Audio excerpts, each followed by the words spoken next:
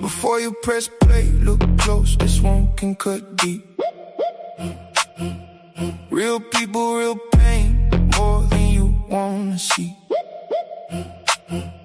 Young faces in the frame, homes that broke apart, hands raised in the dark, and the bruise on the heart.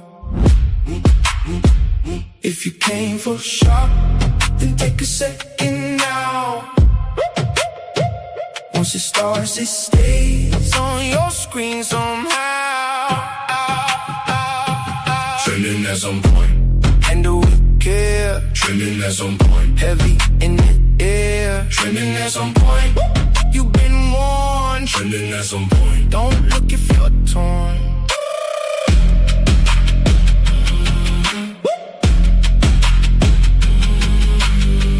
Body cams, hard truth, no filter on the ground. Some nights end in sirens, some in a final sound. So if your mind is tired, if your chest runs thin, know what you're stepping into before it begins. If you came for shock, then take a second now. Once it starts, it stays on your screen somehow. Trending at some point, handle with care. Trending at some point, heavy in the air. Trending at some point, you've been warned. Trending at some point, don't look if you're torn.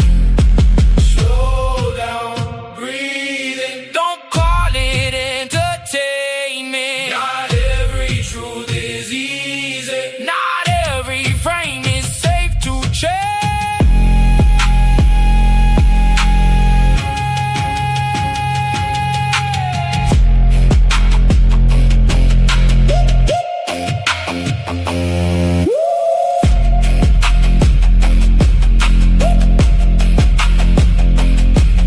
At some point, handle with care. Trending at some point, heavy in the air. Trending at some point, you've been warned. Trending at some point, don't look if you're torn.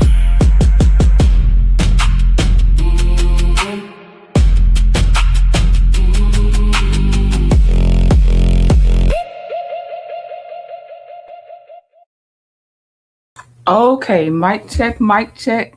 You like this one? Okay, lovable. Thank you. This is a special intro basically for trigger warning videos. So I'm glad y'all like the sound on this one too.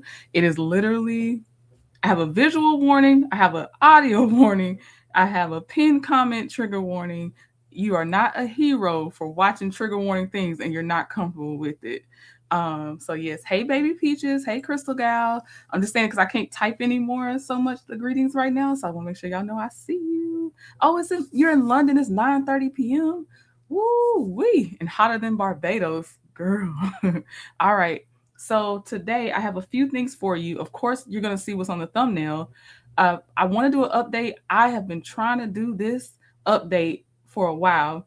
Leia's grandma has sent me the video of the sentencing of that father who ran over his own baby because he left the mom. She also, to me, deserves some responsibility, but the mom was doing one of those take your baby, and he was like, I'm not taking the baby type thing. And then she left the baby in the seat in the car, and then he took the baby out of the car, sat the baby basically beside the car, and then drove off, but basically ran over his own child. So I'm gonna let y'all see the first little intro and then the ending, and then you'll see the sentencing, and then we'll watch what's on the thumbnail. And I also have a couple other videos for you depending on how this stream acts. Hey Muted Expressions, hey Ring Bass. All right, so first let's start with and it's just gonna be real slight intro of what happened on that video, because we already watched this body cam. If you want to watch the full body cam, I will link it in the description box, but this is just to give you context of then watching his sentencing. So all right, here you go. The witness sees a baby outside of the SUV, and then the SUV drive and hit the baby. I was walking that way. With your baby? No, he was supposed to be in the car. You see the binky in the road? Yeah, the pacifier. And there's blood here in the roadway. Was it in a carrier? Nothing, sir. Just They put the baby out like it was a bag of trash. In Jacksonville, Florida, horrified bystanders watch as an 8-month-old baby boy is run over by an SUV in the middle of a busy street. When the driver continues on as if nothing happened, the disturbing scene leaves witnesses reeling and investigators stunned when they learn how it happened and who is to blame. All right. Oh, actually, you know what? I'll just let this part play when he realizes he's the one that did it. But I feel like he already realized before this point, but now he's sitting in an interrogation room. And then we'll go to the sentencing. Please don't tell me y'all what y'all finna tell me. I'm in trouble for that. The following is based on...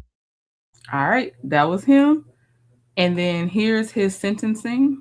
And I'm going to speed it up just a little. I'm going to speed it up some, but you'll get the gist of the sentencing. So here we go. A couple of housekeeping matters before I proceed. I want to make sure we did address the pre-sentence investigation report, and there were no objections or corrections that needed to be made to that. We didn't address it. We did not? Okay. But I say the defense agrees with the report and what it says. We have no objection to it. Okay. I wanted to make sure. I couldn't recall whether we addressed that on the record or not, so I appreciate that. Was there anything on behalf of the state of Florida? No objections or exceptions to the pre-sentence investigation. And because this is Mr. Golden's first allegation of a felony, and that was prepared, and so the court has reviewed it. And just as I asked the state of Florida to publish the video for me again, because it had been some time, I think it was November 13th since I had seen it. I do want to say for the record, I did go back through the letters that were submitted to the court. I reread the pre-sentence investigation report, as well as there were several letters on the docket that were filed by family members and supporters of Mr. Golden. And so I did want to put on the record that I did review all of those things before I determined what an appropriate sentence in this case would be. And so what I would ask is if you would approach the podium, Mr. Golden, and please present yourself to the court for sentencing. And as he's doing so, the state of Florida indicated as a result of his plea of guilty that you would drop the second count, which is vehicular homicide. Would you announce that now? Yes, Your Honor. The state will announce the all prosecute 30 is count 2 of vehicular homicide. And as far as the court costs, the sentence that would be imposed in this case would carry with it the statutory court costs in the sum of $518 plus a $100. That's including the $100 cost of prosecution fee. Yes, and there's an application fee of $50. Does your client object to that? No, Your Honor. Okay.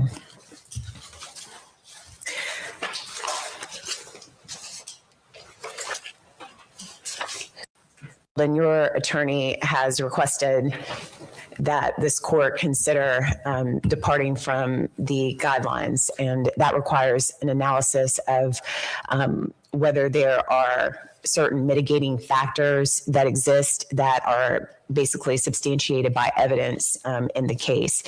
Among the factors that this court considered based upon your attorney's request, I did do so. I do find that there is evidence sufficient to support a departure related to subsection J. However, it was, and then also the other two, there is evidence of those things. That is that you entered a plea. It was determined by this court to be legitimate, and you did not engage in any type of extensive discovery in this case and accepted responsibility legally through your plea.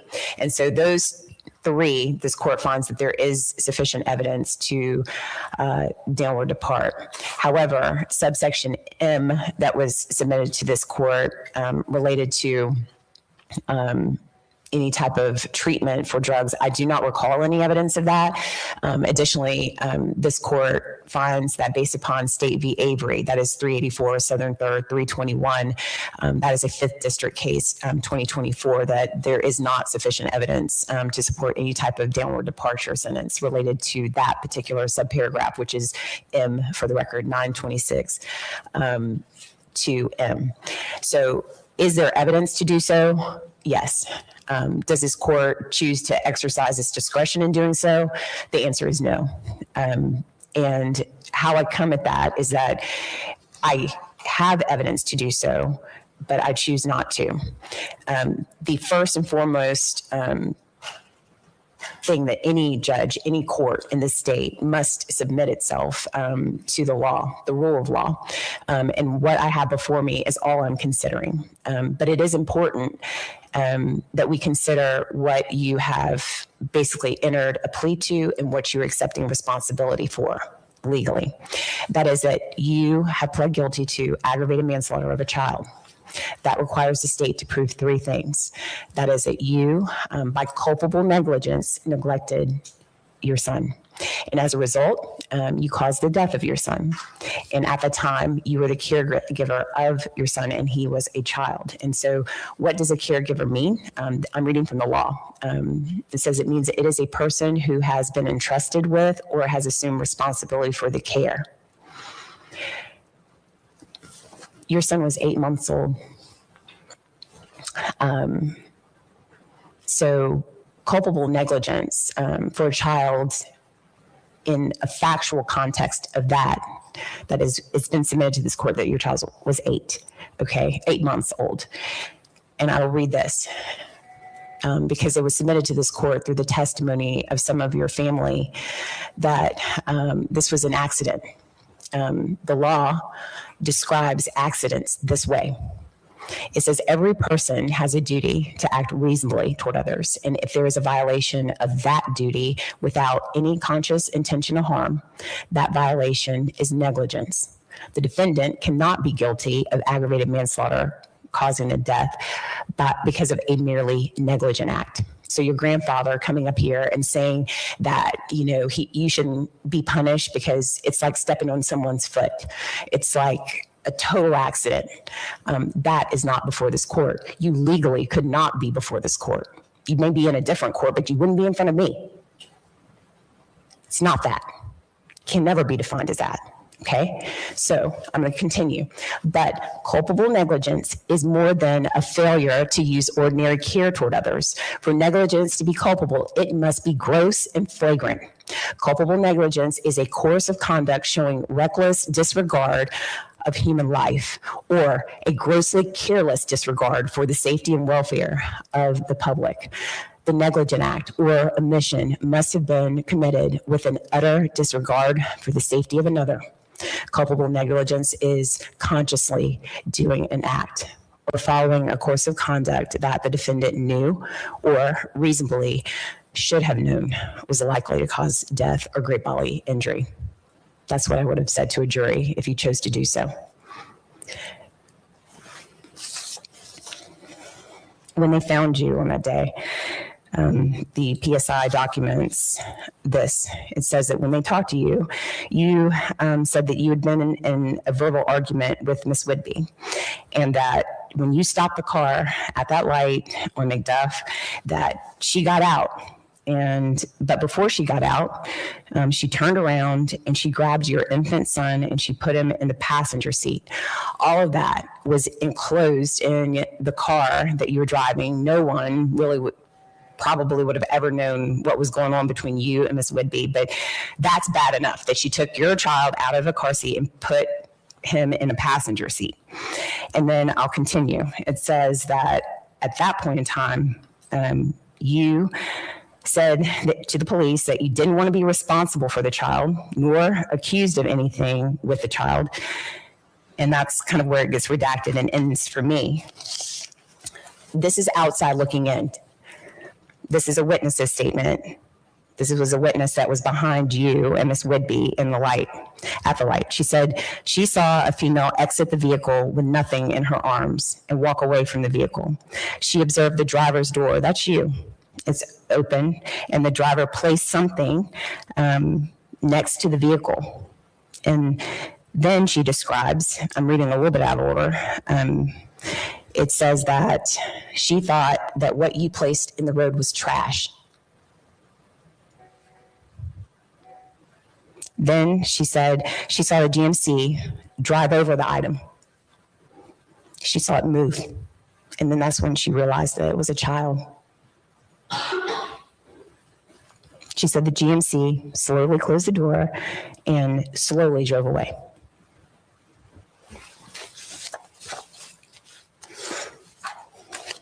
Mr. Kalinowski said that he gets lots of questions that he has offered this court explanation for. My thought is that there is no way to explain the inexplicable. There is no reason. There doesn't have to be a reason. The only thing that this court has to do is never asked to explain why something happens, only who and what. Who did it and what happened? And is that a crime? And when those questions are asked either by answered by either a jury or a plea, it's left to the court to say what is just and right in a case.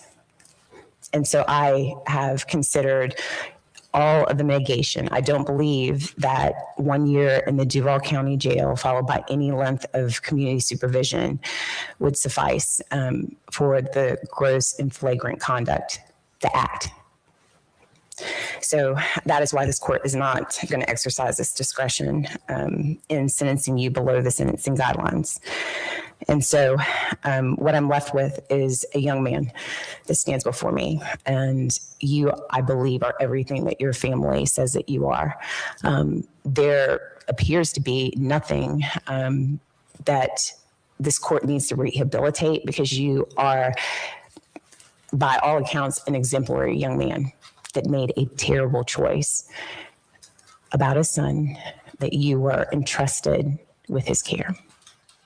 His mom left, his mom took him out, she put him next to you, and you were entrusted with him, and you violated that trust.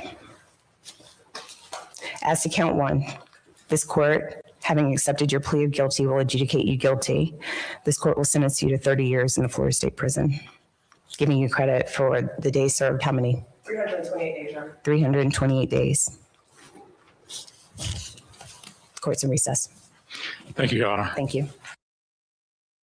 So for those that knew about this body cam that we watched a few months ago, there you go. He was sentenced to 30 years in Florida State Prison. I didn't hear her say the actual charge, but I did like how she explained everything, how she reached her decision and everything. But there's your, I'm gonna say, I gotta find another word besides closure, but there's the further information of what happened with him. He got the sentencing he needed to get. Like the witness said, she thought he had put trash on the road beside the car until he ran over the 8-month-old baby. Then she realized, oh my God, that's a baby, because of where her vantage point was.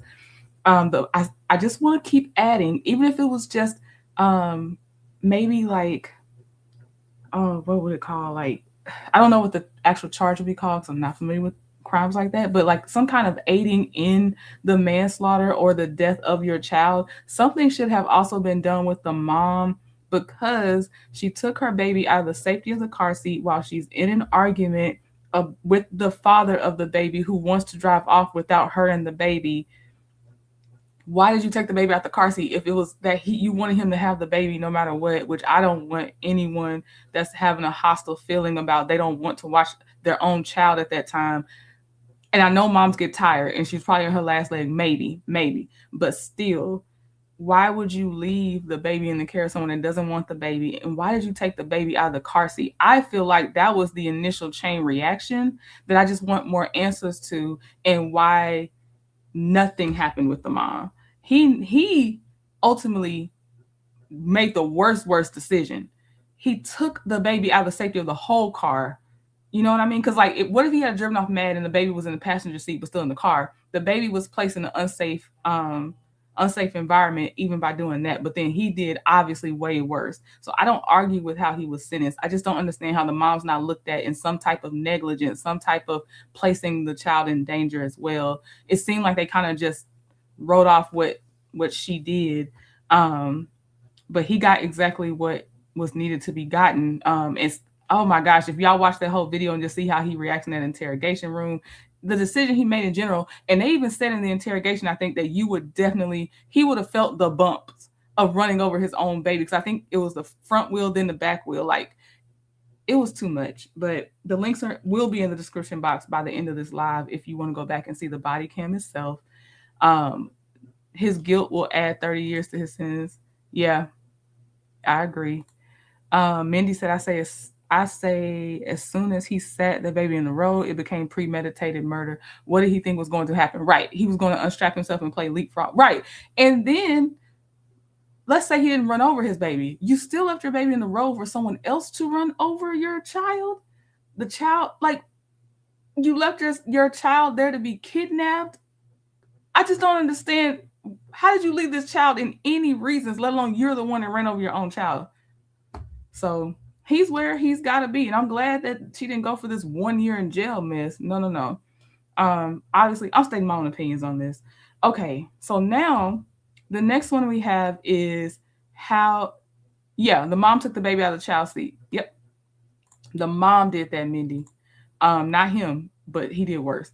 Okay, so how a Facebook post led to 45 years in prison. This is the one about the child predator. This is from Midwest Safety, so we're going to watch this one next. Received a 911 call reporting gunshots in a normally quiet subdivision. As officers rushed to the scene, the caller stated that he could see a body in the street covered in blood and had no idea whether he was alive or not. Hey, man. Oh, shoot. I'm so sorry. I might label this man a child predator, and that's not what this video is about. So apologize to this man if that's not what this is about. I try not to watch all the videos ahead of time just so I could see initially myself what happened. So I'll change the title or whatever I got to change. What's your name?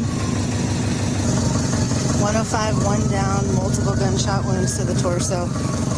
Stick around through the end because we'll unpack the evidence from top to bottom and uncover exactly what happened. Hey. Hi. I'm with you, man. I'm with you. Medics are coming. I'm here with you. All right? Just hold on, man. Kenna, can you take down the plate? Maybe put it on 2? Okay. 77, take down 1 John 99022. Do you need a sucking chest wound? Gotcha, man. We're gonna need 2. 2 of them, Kenna. Huh? We need 2.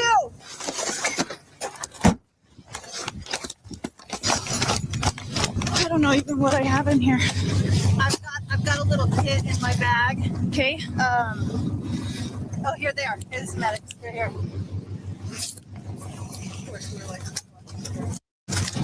I mean, I guess it's okay. Hey, multiple to the torso. Oh, sorry, y'all. I'm sorry. We just started, but I said I would play the one that's on the thumbnail next. So I don't want us to get too deep in and not do the one y'all actually first came here to see. Hold on. Here we go. And it's eerily crazy how it begins. The grandmother, well, it says grandmother in the title. This 70-year-old woman came into the police department to say she felt unsafe with her, I'm saying roommate, but it was actually, I'm going to say her ward because he wasn't paying rent. And also it seemed like they were dating. So she said roommate, or somebody said roommate, but that's why I'm air quoting roommate in my title. But let's start with that one. If you saw the one the previous night before, y'all understand why this is crazy. This started out with footage at the police office again, but different response from the police officer this time, in my opinion. Are you the one that called? Yes, ma'am. What's going on today? You're not going to believe it. Oh, let's hear it. This is Marilyn McEachin, a kind elderly grandmother who walked into this police station to ask for help on a Thursday. Little did the officer know, within days, his department would be called back to her house. What they'd find inside would haunt every officer who walked through the door for the rest of their careers. That's one of the main reasons why I quit having sex with her. Cause I smoke. Marilyn just that damn stupid. Marilyn just that damn stupid.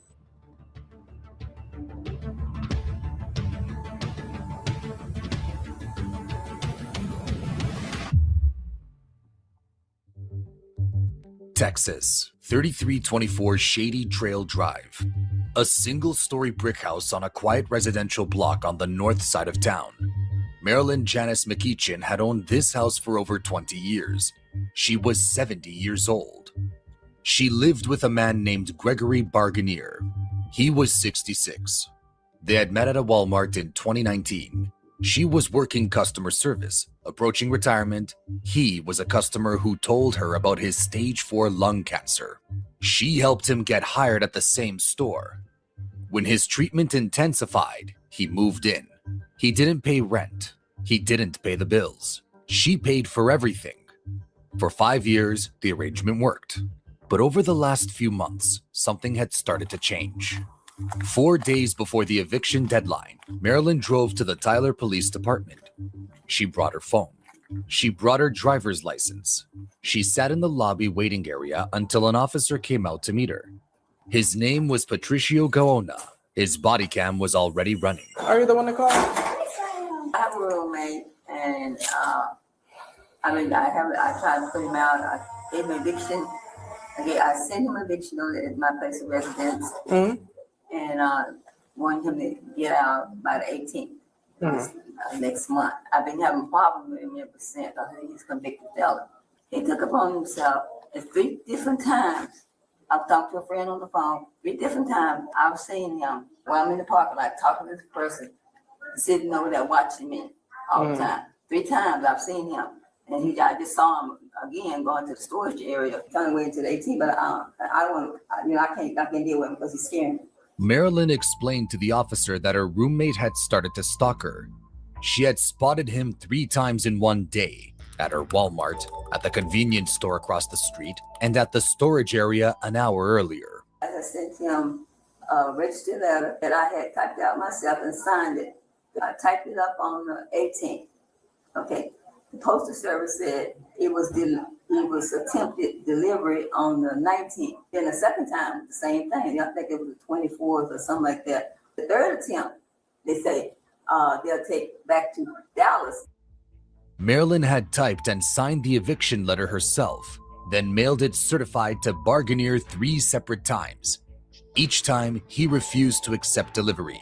He said, I'm gonna go and find a job all day today. If I don't get that job, I'm going back to jail. There may be like something concerning about that statement of like, I'm going to go back to jail, but you're not sure like what that means. That could be him being like feeling defeated. It's like, oh, I might end up back in jail if I'm not able to find a job, like or something like that. I wouldn't be able to argue that as a threat of like some type of harm. I can document it for you, but I wouldn't be able to make like some type of case around this. So if you would want to,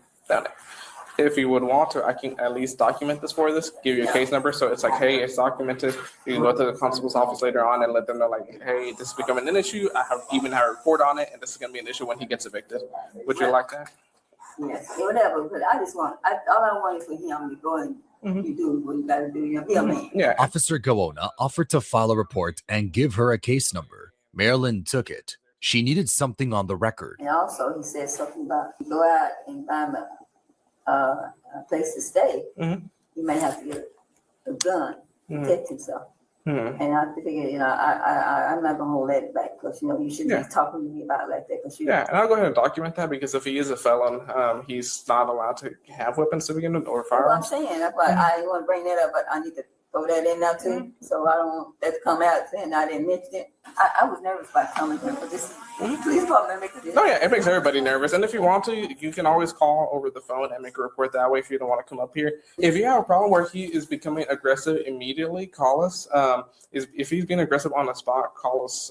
We'll respond. We'll go over there in person. Just because we don't want anything actually happening. If it's just words, a lot of people, just as like people say, like a lot of people are all bark, no bite. Oh man. So I do wish, and it's like you don't know, and not everyone that's been a felon, not everybody was a violent felon. I wish she did know, and I wish we did know his history of what did he have felonies for. I wish some of these people were not as soft-hearted. Like, I don't know. At most, maybe take them to a government building where they can apply for assistance while they're getting treated for stage 4 lung cancer if he actually had it.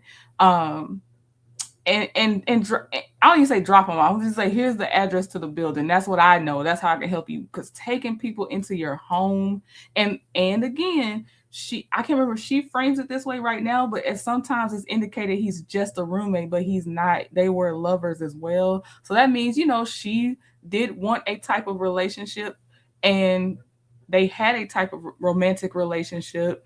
And I just wish that people heartstrings weren't played on so much so that now they're vulnerable to someone that's just using you. And I feel like it took her 5 years to get tired of him enough, because the narrator made sure to say he did not pay nan bill in that house.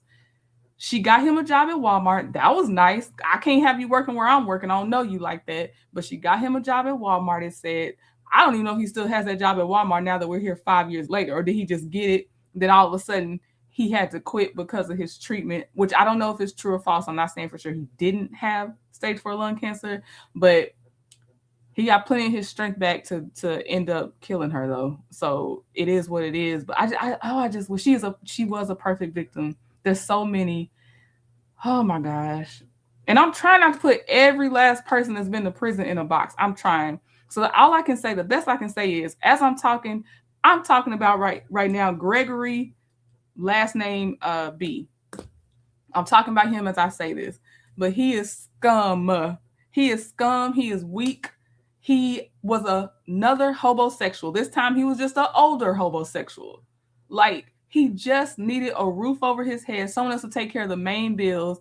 Watch when you see him in the interrogation room, because I did watch this one ahead of time, and I left all my notes on my desk at work, and I'm so mad.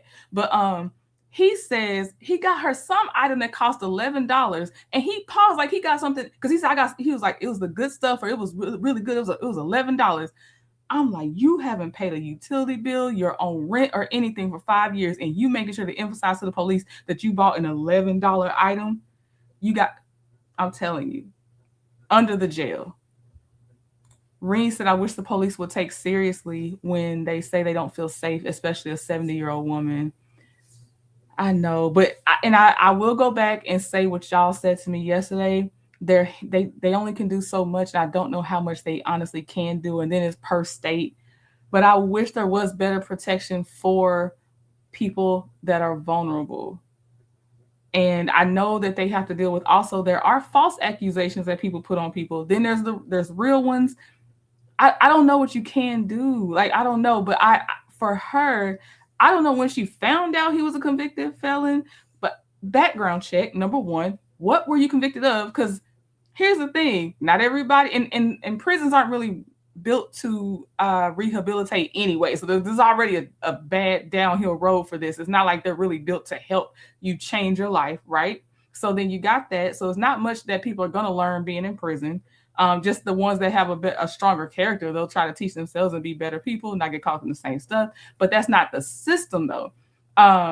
So I wish she would have done her own background check on him and not have been so lonely that this was able to happen to her, because I do feel like a lot of it is going to be low self-esteem, been exposed to being lonely for a long time. So any attention might feel super positive.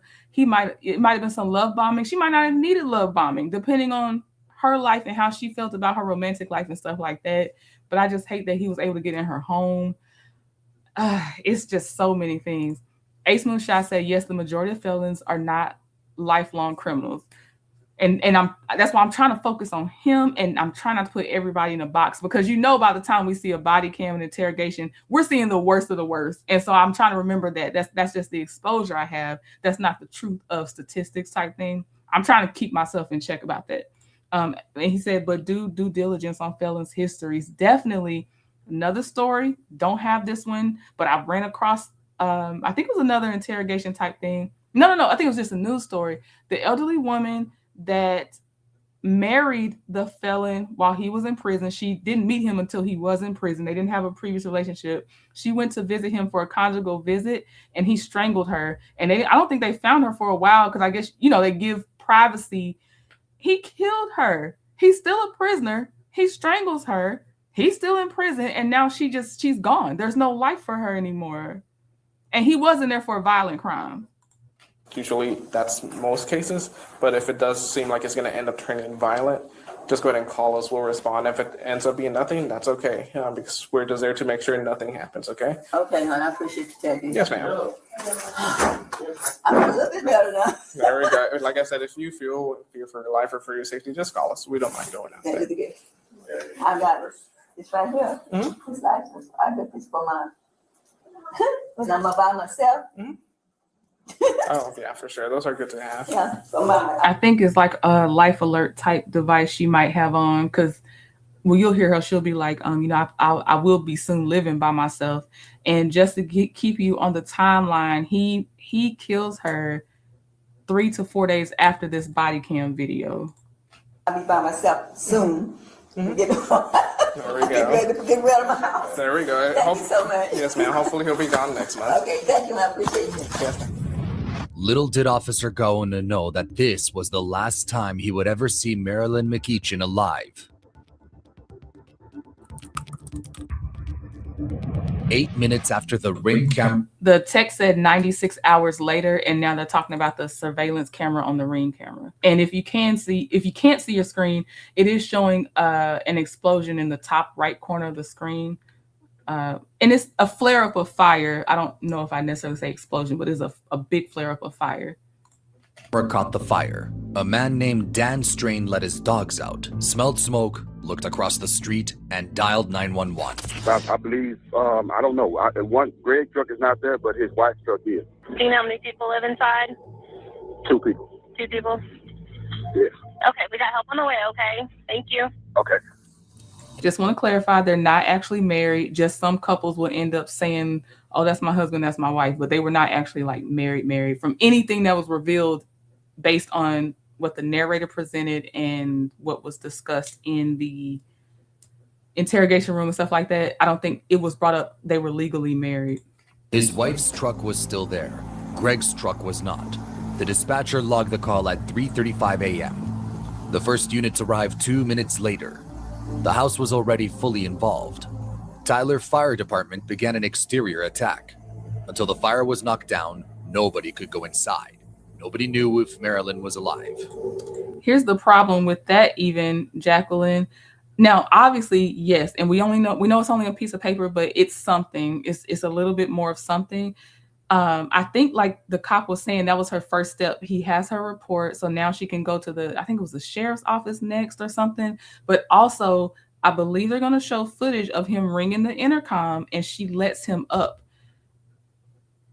She legally has to, I think, let him up. So she's really caught in a rock and a hard place anyway, because he was still a resident until that eviction date. But he did have access to her. But I guess the protective order would have been like, it doesn't matter if you're a resident, you actually can't show up here anymore. If she would have been able to possibly get one. Don't know if she was or wasn't going to try to get one. A neighbor named Yolanda Strain had pulled up her residential surveillance footage before officers even arrived. This recording would become one of the most critical pieces of evidence in the entire investigation. But for now, the fire was still burning, and no one knew yet if Marilyn or her dog Bella was still alive. In the meantime, 6 miles away, a surveillance camera at the Smith County Jail picked up Gregory Barganier, Marilyn's boyfriend and roommate. He walked up to the door. He pressed the intercom. He told the sergeant on the other end that he was there to turn himself in because he and his girlfriend had thrown gasoline on each other. What'd you come here for? Turn myself in.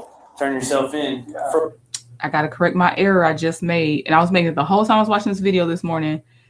I kept making the intercom into like an apartment building. The only time you see him on the intercom is right now when they're talking about him reporting himself to the police station. She owned a home for 20 years, so it couldn't have been that intercom. And I don't know why my brain keeps trying to make it that she lived in an apartment building, but that's an error on my part. So I apologize about that. For what? Because I threw the gas back on her ass. Why were y'all throwing gas on each other? Yeah, she can't. I was laying in the bed and going back and forth out Where's your girlfriend at? at home. Oh, she ain't at home. She not at home? Well, I hope not. Okay. Not if the house is on fire. The house on fire? How much gas did she throw on you? She dodged it at me and I ducked to Like, the side. Yeah. like how? Like, you know, or to the side. And then some of it got on me. Where did it get on you at? On my pants and my shirt. My On your coat. pants and your shirt. You mind if I take a look at you real quick? Yeah. As Officer Goodman noticed the smell of gasoline on Barganier's clothes, Barganier suddenly said he was going to faint. Oh, I'm going down. Huh? What do you mean? You're gonna faint? Now, where's your girlfriend at right now, bro? I don't know. I left at home. You don't know? You left her at home? Yeah. Does she have a car or anything? The officers had a problem. The girlfriend wasn't there. Her car was still in the driveway, and the house she lived in was already engulfed in flames. Barganier was transferred to Christus Mother Francis Hospital because of the gas residue on his clothes.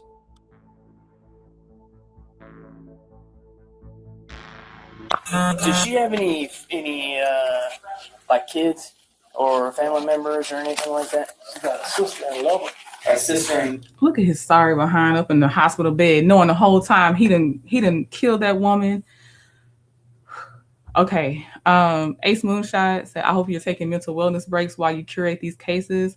I need to be more intentional about it because I feel like what's going to happen is going to sneak up on me. Because you know how you feel like, oh, I'm good, till you're not good. So I need to be more intentional about that. So I need to kind of put that in the forefront of my mind to do that.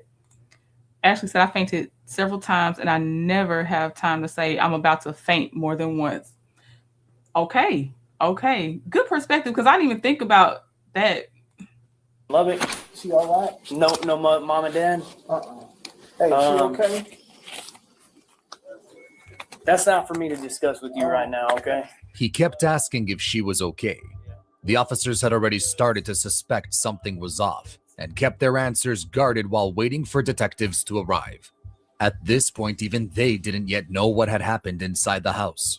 The fire... I'm glad the officers did that because they had the initial contact and they're not the ones that will be interrogating him. And they thought, do not give him information about if she is still alive or not. Because I've seen it also go the other way where they kind of start giving away a lot of information in the beginning, but now you'll be able to catch how he speaks in the interrogation room a couple times. I'm gonna highlight one very crazy sentence he says when he doesn't know that first of all, based on his story, he left, she wasn't on fire, there was no fire. He's just saying, oh, she was throwing gas on me, I threw something back at her, and then I didn't run, but I just walked out the house quickly. That's what he says, right? But there's some statements he makes where you only say once you know you killed that person because you know what state they're actually in. And so I'm just glad they didn't mention her condition, period. Fighting for her life, burned it all, which he knew she was burned because he know what he did, but they didn't say that whether she was alive or not. Fighters were still working to put out the fire. Until then, no one could go inside. Hours later, the fire was finally out. The scene was safe to enter. Investigators moved in through the front door, through the living room, down the hallway, and in the back bedroom, they made a horrifying discovery. Marilyn was found burned, deceased, on the ground next to her bed.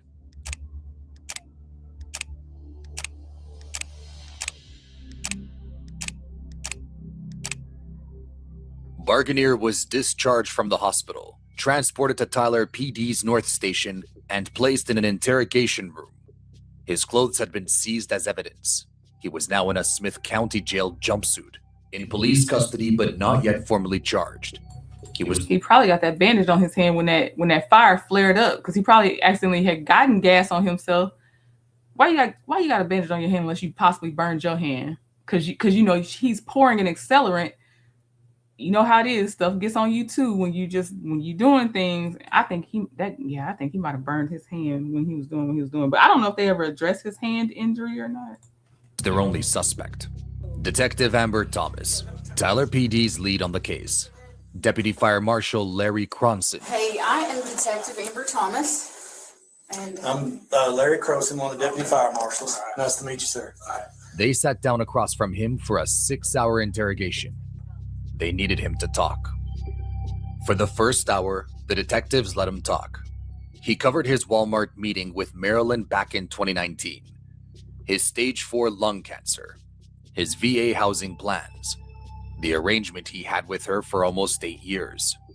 Then he started walking them through Sunday. Dang, 8 years? So were they dating for 3 and then lived together for 5? Did they know each other for 3, started dating at 5 years? Like, I'm wondering how is this total up and how long they were in a romantic relationship? And that's interesting. And he's that type of person that I see does that. You always got a plan, but you're not executing anything. He had 8 years to get housing from the VA and he wasn't going to get it. It was just a plan. They love talking about plans, but they ain't doing nothing. The day before the fire. I used to go to church on Sundays. Mm-hmm. So I got up Sunday morning and I said, I asked Saturday night, I said, "Man, you going to church in the morning?" She said, "I don't know, I'll let you know." So I got up Sunday morning, I said, "Man, are you going?" She said, "No, she's not going." I said, "Okay."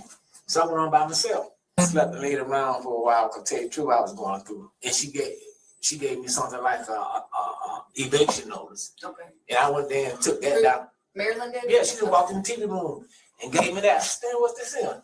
She said, "Read it." So I took it down to Camp V and showed Joe. Because Camp V can help us. What does your eviction notice say? Before we get into what the eviction notice says, I'm going to have to use Ace Moonshot, what you said yesterday about what one of the suspects did. That mentioning going to church the next day was virtue signaling to me for this part. Because you go from the last conversation you talking about on Saturday night is you going to go to church in the morning because sometimes you attend church. And now you skip into her handing you an eviction notice on a different day. There was no point in talking about church being discussed, except you trying to have them, oh, no, I'm a church going person and blah, blah, blah. Where are you going to be evicted? Until the 18th or the 19th. Okay. So today or tomorrow? Yeah. Okay. The eviction deadline was the very next day. The fire started just hours before it. I love her. You know what I'm saying? Right. See, Marilyn, the reason why I say Marilyn was psyching down, Marilyn had started taking baths. See, Marilyn would start taking wipe offs. She wouldn't get in the shower and take a bath like a woman. I know a woman have to bathe. Mm-hmm. I'm talking about a regular. She wasn't bathing anymore? No, I'm trying to tell you, man, I was tripping. Listen, that's one of the main reasons why I quit having sex with her. Cause my stomach. You know what I'm saying? She smell like no real woman. And in the summertime, I would be musty like a man. Mm-hmm. So I said, what kind of deodorant do you use? So she went and showed me the deodorant. She used a little dollar thing that you buy at Walmart. I said, "No, man, I just need something stronger than that." So I go down to CVS before they close, a change or whatever. And I bought Marilyn an $11 thing of deodorant. Some good stuff. That's the part I was talking about. He said he bought an $11 container of deodorant, the good stuff. I'm trying to go back real fast. But I want to say out loud to Jacqueline, I'm so sorry for your loss. And I'm sorry for it happening in that method as well. Like, it's already hard. And then the type of ways we can lose someone we care about makes it even harder. I didn't want to skip over that. He is now painting her as either, I don't know if he's going for saying she was depressed because he's saying her hygiene declined. Now, we saw that woman 3 to 4 days ago, and I know you can hide depression, so it's not 100% when I say this, but she very much seemed to care about herself. She was showing her future plans. She had her little life alert type device or whatever device to show if she's by herself, she can still get help if something happens. She was very kept up, and she seemed like, obviously she's scared or she wouldn't be at the police station, but she seemed very much about her future after he finally gets out of her home. So I do think this is another ploy to skip around and now say her mental state, because he said she's psyching down is how he phrased it. So he's trying to frame her mental state in a way to say, this is why you have to believe me that she was the one throwing gasoline on me. That's how I took when he started naming this about her hygiene and stuff. For this one, I don't believe Marilyn's hygiene was anything but normal. I don't care if you did or didn't buy the $11 thing of deodorant. For me, think Marilyn's hygiene was just fine. She probably was about to be at peace again, getting him out of her home and able to live out the rest of her retirement. So I took it in there and she said, well, just set it in the bathroom. I'll use it. It's kind of like a jail, you know. So I said, okay. I think she used it. I went in there and tried to look at it to see if some of the stuff been squirted out. I think she used a little bit. Just 20 seconds after telling detectives he loved Marilyn, Barganier was ranting that she stank like a man. Took my little puppy, put her on the long leash in my room, with her, played with her a little while. And then I took her back and put her on the doorknob in my room, and I went back to my bed. As Barganier started walking detectives through that night, he mentioned his puppy, Bella, twice. He didn't yet know it, but Bella's location would become a crucial piece of evidence. So I went to sleep and I woke up. I woke up about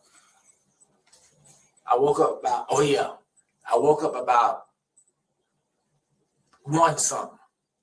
Okay, well, I got up and went and used the bathroom, and I peeked my head around to see where Marilyn's still in there. She was still sitting there. She was still in the dining room on the computer. She wasn't on the computer. She was asleep. Oh, it's okay. So I could tell she jumped up. Yeah. When she heard my on that plastic thing on the carpet. Yeah. You go. When she heard that would woke her up. Yeah.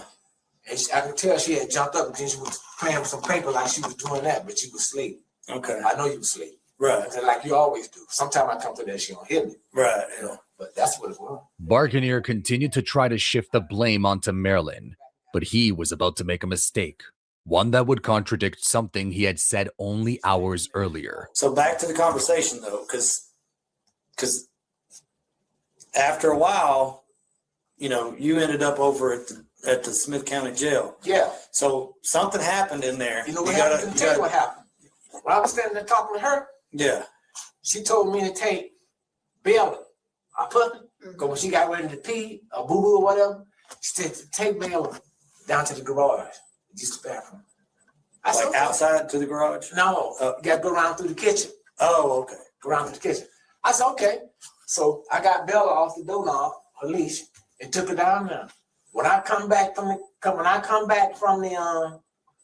putting Bella in the garage, and I got back here, Marilyn standing there with a damn pail in her hand. With a what? A bucket. Oh, a pail. In her hand. Yeah. I said, man, what the fuck is that? Marilyn started slanging some gas at me. So she had a pail of gasoline? Yeah, a little gray pail. Gray pail? Yeah, she got about 3 or 4 of them. So Marilyn had a cup in her hand. Marilyn started slanging some gas at me.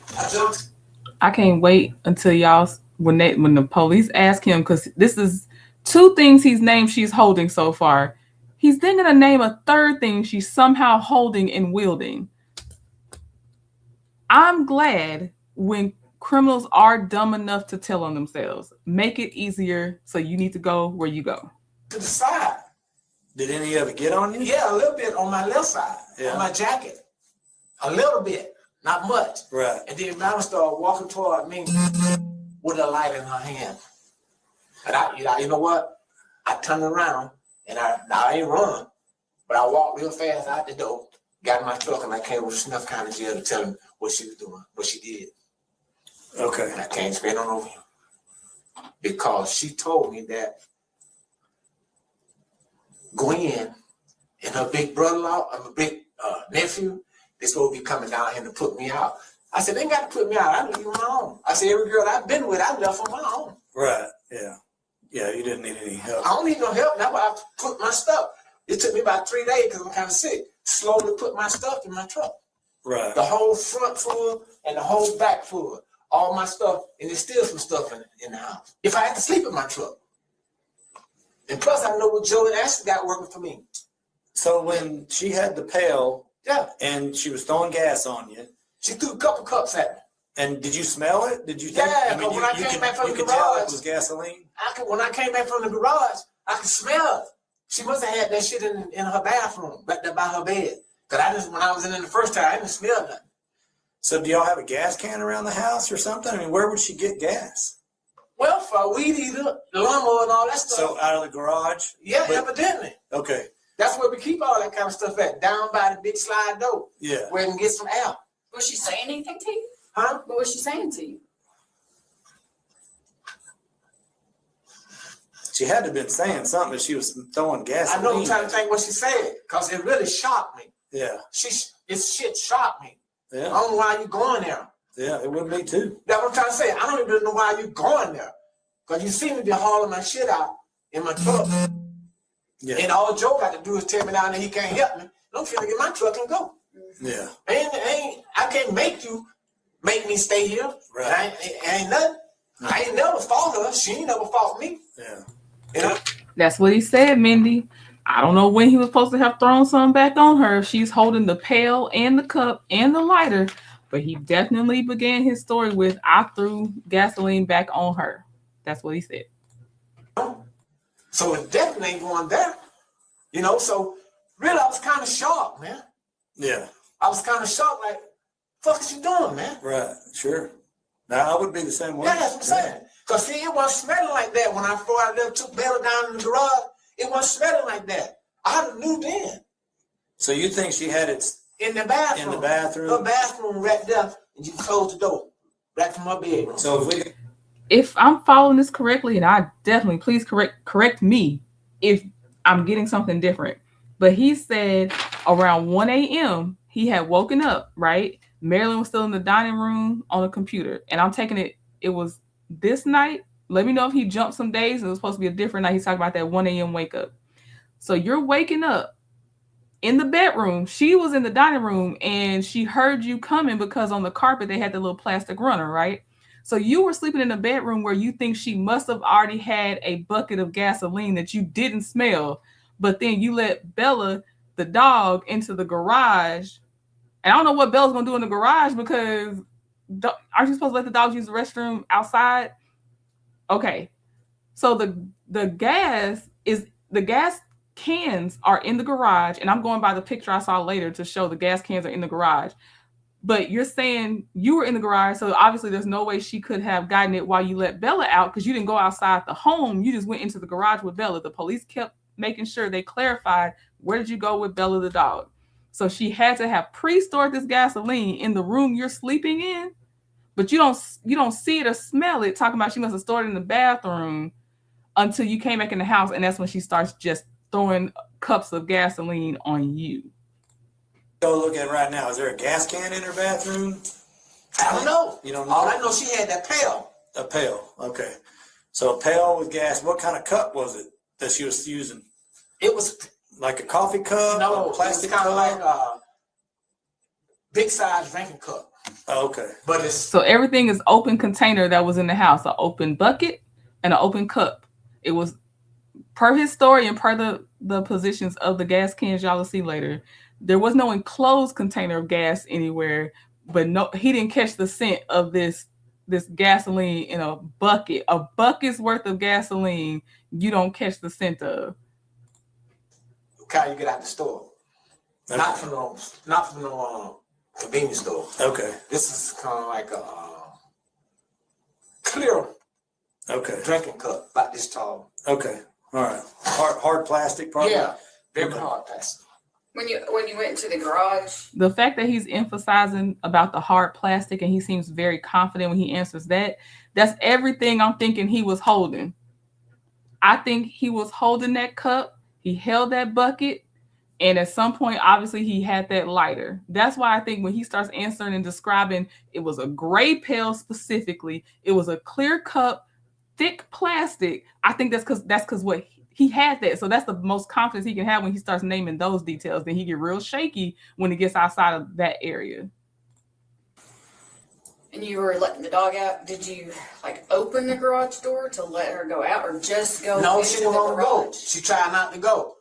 I took her by the collar and pushed her in there. Into the garage. Right. Okay, so not outside at all. No. Okay. It's into the garage because sometimes. Is the garage door open though? Huh? Is the garage door open? No, it's The not big open. door? I went through the kitchen. Right. The big door over here. Is it up or down? That's what I'm the big saying. door. The big overhead door, is it already up or is it down? No. It's down. We don't never Okay. have that open. Oh, okay. We don't never have that open. Okay.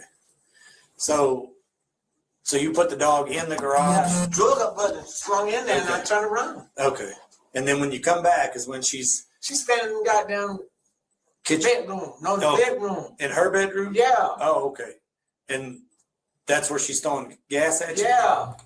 All right, that timeline, he said, I threw Bella in the garage trying to run, but not until, according to his story, did he let Bella back in. That's when she even started throwing gas. There was nothing to be alarmed about to run and throw Bella into the garage. I thought she was letting her out to use the bathroom or whatever. Now it's like, because there was an imminent danger, you're throwing the dog into the garage, but there was no danger till you came back in, and supposedly Marilyn is throwing gas at you at that point that you had not detected until she's literally throwing the gas on you. Okay. And again, do you remember what she's saying to you?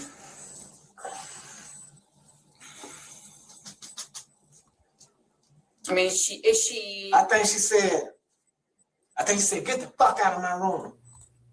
I'm sorry. I'm not even gonna wait till the end to let y'all know this. He keeps struggling to think of making up stuff she says. One, because she didn't do it. And two, he did this to her while she was asleep. So why'd you go in her room? Because we was talking before she told me to take it down. Okay. So y'all were just having a conversation about you before she asked me to take Bella down and thing.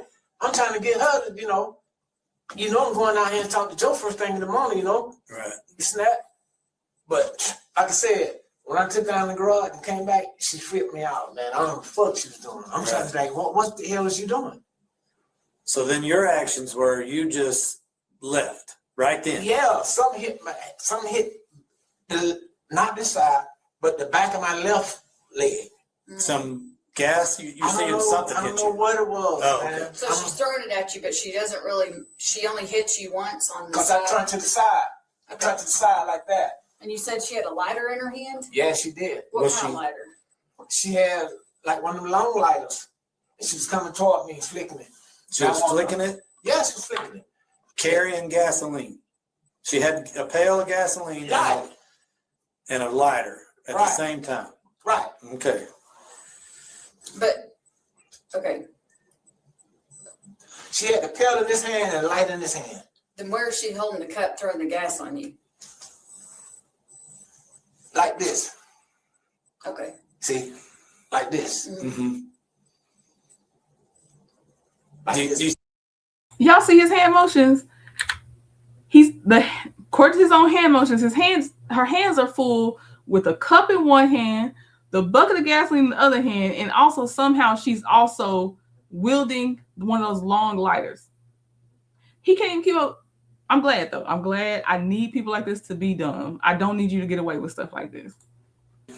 Like this. Mm-hmm. Do you see her question though? Like if she's got the pail in one hand and the lighter in the other, she's got a cup and a lighter in this hand? Yeah. And she's dipping it and throwing it? Because I didn't see her switch hand with nothing. Okay. All I know that pail was in the left hand. Okay. The pail was in the left hand, and the glass or whatever she had behind the glass or whatever, she was dipping it like that. Okay. So when is she flicking it at you? Because you can't hold it. Because I turned around and she was finna leave. And that's when she started coming up on me with it. And I turned around, I didn't run, I walked out fast, and that's when I came over here to the place. Did she follow you out of the house or anything? No, she didn't follow me out the house. I kind of. So where was she the last time you saw her? Standing inside the hallway. In her bed. By her bedroom? Yeah, this the hallway. This is right outside her bedroom. Yeah. And then right here, I'm not trying to go out the door. Okay, you didn't put your hands on her at all? Y'all didn't fight? Y'all didn't get into it? We didn't get fought. I wouldn't fight Madeline. Madelin's 70 years old. You wouldn't fight her, but you'd set her on fire and kill her though. Stand up person. Yeah. Plus Madeline kind of strong. I don't think I can whoop Madeline. Tell you the truth. Madelin's strong. It's kind of what I assess. Let's go back. Okay, what time stamp are we? 23:17. Marilyn is strong. Let's and rest in peace to Marilyn. But I just want to see how this just doesn't make sense of what this man is trying to say. Let's see Marilyn again in case you weren't here when we saw Marilyn on body cam. Postal Service said it was attempted delivery on the 19th. Then the second time, the same thing. I think it was the 24th or something like that. The third attempt, they say they'll take back to Dallas. Marilyn had typed and signed By myself. Oh, yeah, for sure. Those are good to have. Yeah, so I'll be by myself soon. So Marilyn was so strong. All right. Let me try to get back to where we were. I wouldn't fight Marilyn. Marilyn's 70 years old. Yeah. Plus, Marilyn kind of strong. I don't think I can whoop Marilyn. Tell you the truth, Marilyn's strong. It's kind of what I assess. You know how a man got certain female genes in him to a certain extent?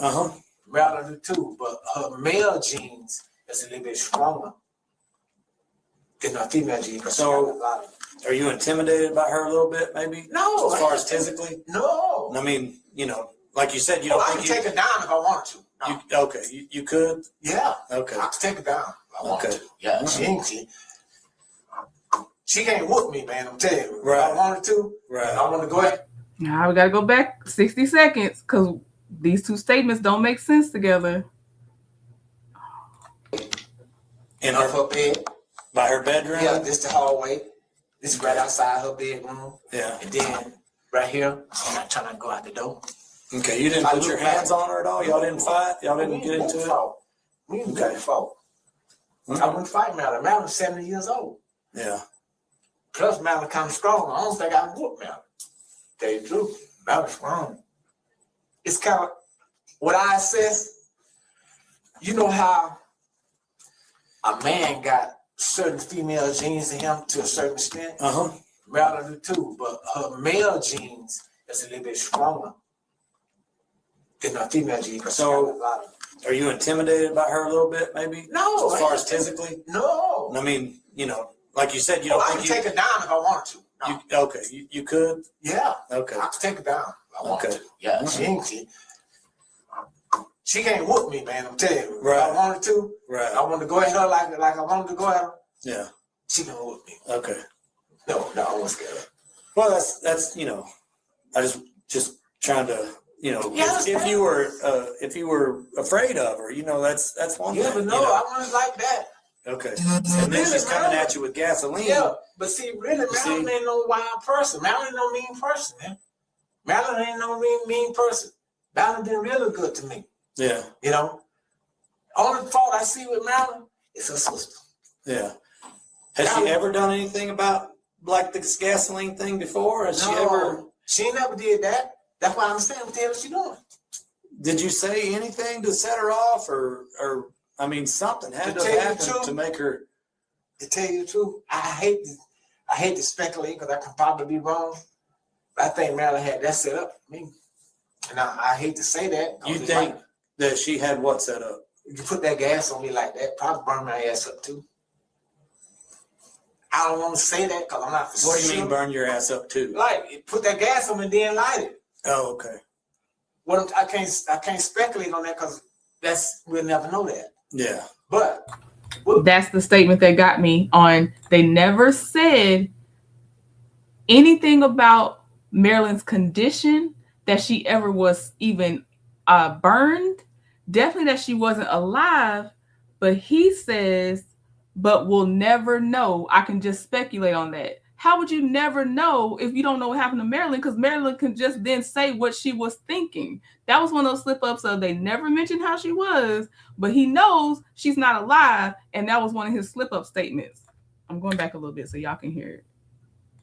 I can't speculate on that because we'll never know that. Yeah. But what the hell you doing with gas in the bathroom? Yeah.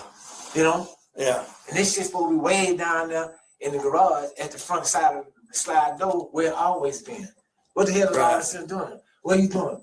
Waiting on me to go to sleep? Or lay down or whatever, and then... Right, yeah. Because man, I know she can't whoop me head up. Right. Sick or not. She know that. Right. But I say it's her daughter, her sister. You know, Well, don't you think that I mean, you said that she can't judge things and everything, but don't you think that it would cause her some some harm if she's lighting you on fire or throwing gasoline on you? I don't know, causing what she distributed, you know? What's I don't that? know. Okay. Causing how she do it, like I told you. It flipped me. I asked her, what the hell is you doing, man? Because the whole room was smelling like gas when I got back from taking Bella down there and back. Yeah. Okay. So I'm saying, like, damn. And that was the end of it. You left out of there. Yeah. And then you went to the sheriff's department. And what did you tell those guys? I told her, I said, I need to turn myself in. Okay. For what? Because this motherfucker trying to kill me, man. Yeah. But what are you turning yourself in for? Just getting if off you the didn't street do because- anything. Right, listen. Just getting off the street because she already told me her sister and nephew them coming out and throw me out. You know. Yeah. So you're Plus, wanting. I'm on probation, man. You're wanting protection from. Yeah. From the 'cause I'm on sheriff's office. probation. I can't afford to get into nothing. Okay. Not now, not even a loud altercation. Okay. So what did you tell? But yet he did. Sorry, I'm eating nerds. What did you say when you went down there? I said we were fussing. Yeah. I told him we were fussing. Okay. And she went to throwing gas at me.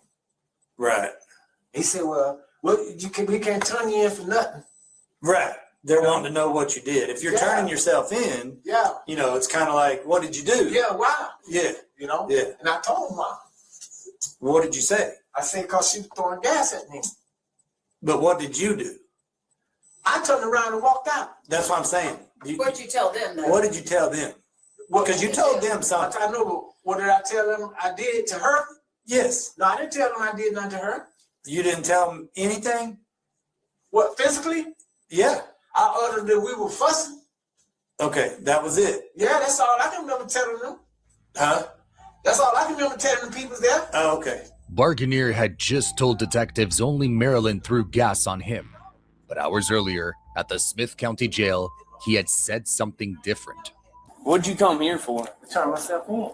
Turn yourself in? Yeah. For what? Because I threw the gas back on her ass. Arson dogs hid on accelerant in the bedroom where Marilyn's body was found. Various buckets in the house and multiple gas cans were recovered from the garage. You know, we're doing our job. Oh, yeah. Our job is to find out exactly what happened tonight. Right. Or last night, today, this morning. Right. Okay. We know that everything you're telling us is not exactly right. I'm telling you to the best of my knowledge. Well, okay, I hear what you're saying. Okay. But you know a little more than what you're telling us. There's a lot more actually. Like what? Well, you know. Huh? You know. I mean, what could it possibly be? I'm telling you what happened from point A to point B. Well, you know, your neighbors have cameras. Right. You know, we've watched some video. Right. So there's stuff missing. I went from my back and forth my truck putting the last little bit, like my toothbrush and stuff like that, little socks and last minute stuff in my truck. Okay. That's all. But when you left, it's on video. Okay. Yeah. When you left, There's no way you could have missed. you couldn't have missed the fire. Really? I didn't see no fire, sir. I did not see no fire. Now listen, look And at if that lie, I'm I've looking you in your eyes. I've been honest with you. Sir, listen, I'm looking you dead in your eyes. If I'd have saw some fire, I wouldn't even left there. I wouldn't have left Marilyn standing like that there. And I knew she ain't all there. I did not see no fire. You mean a fire big enough there so I throw the sword? Yes, sir. No, sir. I swear to God. It's on video. You were not with me standing out there. It might be on video, but not where they can see me there with a fire there. Do you want me to tell you? I'm gonna tell you because it's not a secret at this point. Okay. Okay. We can see you coming out of the house. The house is. We can see when you light the house. Listen. Let me finish. Listen. We can see when you light the house. We can see you come out. We can see you get in your truck and take off down the road. And it's on camera. And there's no mistaking, man. Mr. Barganier, I'm telling you the truth. I will not lie to you. But you saying you can see me light the house on fire? I can see the house burning while you're coming out. I didn't see it. And you're telling me I didn't see no fire. When I walked down that hallway, go out that door, wasn't on fire. So I looked back on my shoulders. I want to make sure she was still coming at me. Well, there's no way you did that because I'm like, we're telling you, you can see you walking out and it is a big fire. No. What happens when you light gasoline on fire? It flames up. Yes. Yeah. Yes, it does. It wasn't like that when I left. It was. Well, I'm going through it. I feel like I've said enough to like let it rest and let him just talk himself into this right now. But I'm going through it over here, Ashley. Like it's so bad. The lying is just so bad. Of course it flares up, and you know the big fire started because he was there starting the fire, and they're like, it's on camera, and he's still trying this.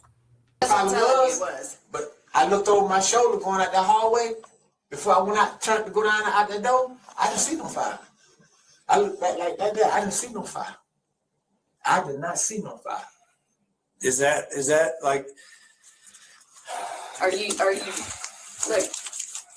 We know y'all were in an argument. We know things were heated. We know she was kicking you out. Did things just go too far? No. You accidentally it was a fire. She started. It wasn't no fire there with me. That could be. But listen to her question. So if you're me, right. All right, think about it like this. I see you. She's putting you out. Right. Her sister is pissing you off. Right. Every time she talks to her sister, she's mad at you and she's pissing you off. Right. And y'all don't have sex anymore. She smells and all this. And there's all kinds of things about her that you don't like and that aggravate you, that piss you off. It don't piss me off. I just don't care about that. Because you don't care about the sex, but you care about her sister fucking with you all the time. Yeah. Right? Yeah, that's nonsense. Because she's the reason you got to go down here to Camp B and try to get in what is that house called where they put the vets in? I can't remember the name of it. But she's the reason. Yeah. In your mind, what's her name? Marilyn's sister? Gwen.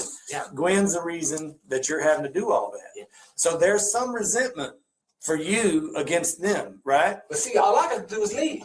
So I'm saying, I ain't got to do all what y'all saying. I ain't got to do all that. But that ain't what you did. No, man. I ain't did nothing to that. I looked over my shoulder. I did not see no big blaze, what y'all saying y'all saw. See how you jump back? Now on the big flame. They've already talked about the big flame. They talking about how did you feel? Was resentment building up inside you?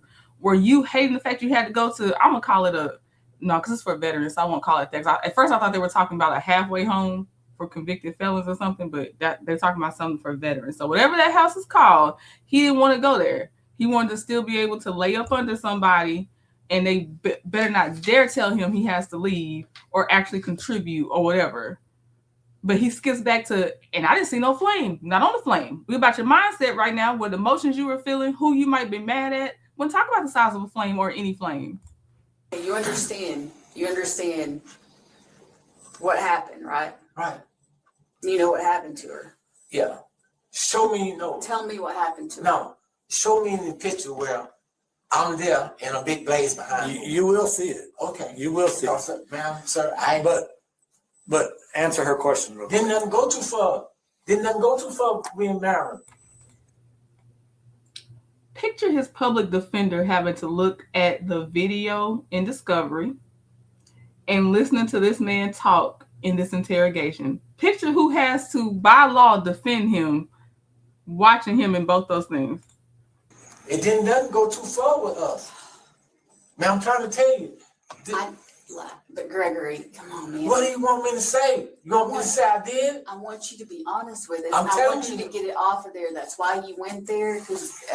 Why did you turn around? Answer me this. Why did you turn around? Why turn around? Why did you, at 271, why did you turn around and go back? Because I ain't really want to go. Exactly. Because you wanted to be the bigger man and you wanted to tell the truth. Right. Is that what you told me that? That's what I did. You told me you went down there to tell those folks what you did. No. That's what you said. I told them that she threw gas at me. But you said you went down. As a previously convicted felon, I have to believe you know what it means if you phrase it to the police, I'm here to turn myself in. That is not the same as saying, I'm here to tell y'all something just happened. I'm here because I live with this person and something bad happened. You said, I'm here to turn myself in. And you've already been in prison. You know the weight of those words. Did you change your mind? Was it a slip of the tongue? But that is what he said. There to tell him what happened, to tell him what you done. What she did mean. To turn yourself in. Listen, if you turning yourself in, if you're turning yourself in, you're owning your actions. I think like this, sir. Hold up. I think like this him. At any time you feel threatened by him, you can go to the county jail. And that's his job to protect me. Sure. So I'm saying? Right. So I didn't go down there to say, well, hey, but I did this, I did that. But your initial reaction, you told me, was to run. So where do you think Marilyn is now? Where is Marilyn right now? I don't know. You do know. Where is she? Where is she? You tell me. You've already. I thought she was at home. You've already said that to us. You've already admitted what you know about that. You did it accidentally, but you already said it. Listen, I ain't did nothing accidental. You did. You said burn. You didn't want your ass burned up too. So you know she got burned up. So you know where Marilyn is. You did, sir. You did. Where Marilyn at? Where do you think she is? I thought maybe she'd be at home. Marilyn's dead. Come on, man, don't tell me that. Her body is headed up to have an autopsy. That's what we're telling you. Her body was still intact. That's why we need you to tell us what happened. Her body is still intact. You sure? Yes. What does this shirt say? This is Tyler Fire Department. Okay. That's why the criminals are sitting here. We found her on in the house dead. Yeah. But her body's still intact. It's going for an autopsy. It's going to tell us what happened. It's going to tell us everything that happened. Listen, hold on, Gregory. Listen to me. We're trying to. We're here to give you an opportunity, okay, to come clean on this. If you get in front of this, your chances are a lot better than if you keep saying, I didn't do nothing. I didn't do nothing because you know. I already know how the law goes. Yeah, okay, that's fine. We know you do. I already know how the law goes. I've been about doing it. I know if I sit here and confess and tell y'all something I did, I'll go follow with me. Sure it will. But sir, it's hard for me to sit here and tell you I dashed some gas on Maryland. I'm not. Dashed some gas up in that if that ain't what you done, then don't say that. I ain't. That's what I'm gonna say it. But tell us what you did do. Tell us what happened. Because the story you're telling us is not the truth. And it's not matching the evidence. I didn't do nothing physical to her. I didn't put no gas on her all over the house, sir. I didn't do nothing physical to her. I never put my hands on her. I dashed no gas over the house. I didn't do that. How are you going to explain that whenever her body goes in for an autopsy? I don't know how that's going to be explained. All I'm gonna stick to what I'm telling you right now, man. I didn't dash no gas on Maryland all over the house. I didn't do that. I didn't dash no gas on Maryland. And I didn't see when I walked out the door. Gregory, listen, sometimes it's very difficult. Just listen to me for a minute. Relax. It's very difficult to accept what you've done. Man, I accept stuff way greater than this. You said it a while ago. Y'all weren't mad at each other enough to do this. Are you sure Marilyn passed? Huh? You say she passed? Yeah, she's gone. She's gone. Yeah, like I said, I told you her body is on its way to Dallas. That's why we need to know what happened, because this does not look good. It does not look good. Hey, I can tell you I did that. What I did, I just scratched. You don't want to tell us, but we got a video that shows you doing it. Okay. You keep saying you didn't splash any gas. Okay? Let that go. Let that go. Okay. Tell us what you did then. Tell us what happened. Come clean. What I done, I was standing at the end of Marilyn's bed talking to Marilyn. Okay. When I took the puppy down into the garage and came back, Marilyn standing right there with Pellet. How was he standing at the end of the bed talking to Marilyn when he said he got up at 1 a.m. that night, technically this morning, and she was in the dining room on the computer? So how are you standing at the end of the bed talking to her? He was sorry while she was asleep. But that's not what he told them on how he saw her before he went to the garage with the dog. That's not where Marilyn was throughout the rest of his other version of the story. Shit and that thing. I said, man, what the hell is you doing? I said, what the fuck is that? What you doing? That's when Marilyn took the gas out there and was just slinging it. You know? Mm-hmm. That's what happened. And I turned my ass around. I felt something back on my leg, and I walked on out the goddamn door. I didn't see no fire or nothing. And I'm walking out the door, and before I turned to go out that door, I looked over my shoulder to make sure she wasn't still coming at me. Man was coming toward me while I was standing in the door when I first got there, flicking fucking light up. Even after detectives told him Marilyn was dead, Barganier kept sticking to the same story. He claimed Marilyn had been standing in her bedroom with a bucket. There is a diagram on the screen just in case you weren't looking at your screen, but you're able to look at it now. They are showing a diagram on the screen. Even after detectives told him Marilyn was dead, Barganier kept sticking to the same story. He claimed Marilyn had been standing in her bedroom with a bucket full of gasoline, that she had thrown it at him first, that he had only tossed it to the side to get it away from him, and that somehow Marilyn had then lit it on herself and accidentally caught herself on fire. But what investigators believed, and what the autopsy would later confirm, was a different story. Marilyn had been asleep in her bed. Barganier had walked into her bedroom carrying gasoline, soaked her in it, set her on fire, and walked out the front door, leaving her to burn alive. Do you know one thing that we haven't seen since we've been sitting here? What? Any remorse, any tears. For what? For Marilyn. She's dead. Man, I still don't want to. I accept what you said. How long you live with her? Almost 8 years. She's dead. Why that ain't a joke. About something I didn't do. You think you're saying she did just this? That damn stupid. She did this? She just that damn. See, but no way can be that stupid. And now he's calling her that damn stupid. I think he was just mad at her that he was about to be homeless. Yeah. Ace Moonshot. I think he just did it. That's why I think he was stalking her, because when they said he stalked her at Walmart. It was 2 other locations he was stalking her at. I don't think I wrote the specific locations down though. And I think he was timing it. And then of course, some people do have insomnia and stuff like that, but I think he timed it to where she'd be out like a light, like normal sleep. 1 o'clock in the morning, you're usually in that REM sleep. You know what I mean? So yes, I think he was just pissed. He did it, and somehow he convinced himself he could also get away with it. But yeah, just angry.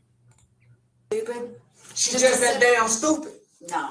Marilyn just that damn stupid. And you let your dog out before that, like you knew you were about to light it on fire. You knew you let the dog out. I didn't say that. I didn't say I was about to light the house on fire. Nope, but he did say he strung the dog, like threw the dog into the garage, not to let him use the bathroom. He said, I ran and threw that dog in the garage. Yeah, because there was already a fire you started. Yep. She told me to take Bella down there to sleep. She told me that. But the dog was running around when the fire trucks were showing up. So running around where? Outside. Outside. How many else she get out? I don't know. Because you let her out. Yeah, no, Bella was in that garage. Bella can't get out that garage unless somebody let her out.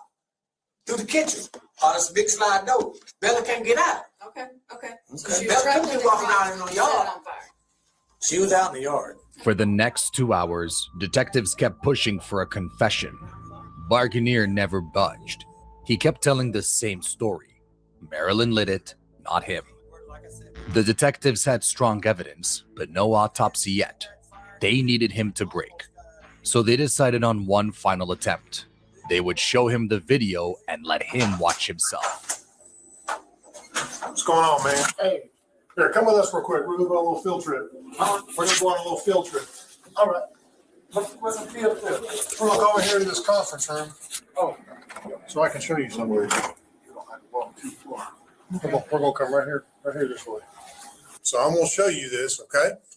And I'm going to have him go up there and kind of pinpoint some areas on the screen that we're looking at. What are you looking at? Right here's your truck. There's the front light of your truck, the back light of your truck. There's your front door. This is your pickup truck. Parked out there on the street. Okay. Isn't that what you said? Huh? You told us earlier that the garage, the front door, and then you park your truck right here. Is that correct? This is the front and rear reflector on your truck. Is that correct? The front and rear reflector. Reflector. You know, the lights, things when you don't have your headlights on, there's reflectors in there. And Right now, they're reflecting off of whatever light. These headlights aren't on. Those are reflectors. Okay. Go ahead and get as close as you need. Okay. In a little while, you're going to come out the door and get in the truck, and it's going to go that way. Okay. Open the front door. Reflection of the fire.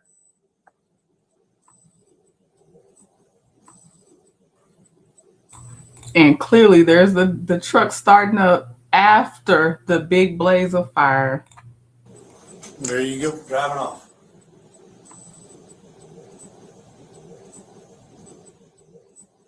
Ooh, look at that. Look at all that fire. Back here. Look back here. What do you see? What do you see back behind the house? Yeah, but I don't know if that's my truck. Well, who else's truck would that be? She had to like that, not me. Avoided that follow-up question. I don't know if that's my truck. It's around the time he said he's lying about the circumstances. But remember, he named that time of night. And then I don't know if it's my truck. Whose else's truck would it be?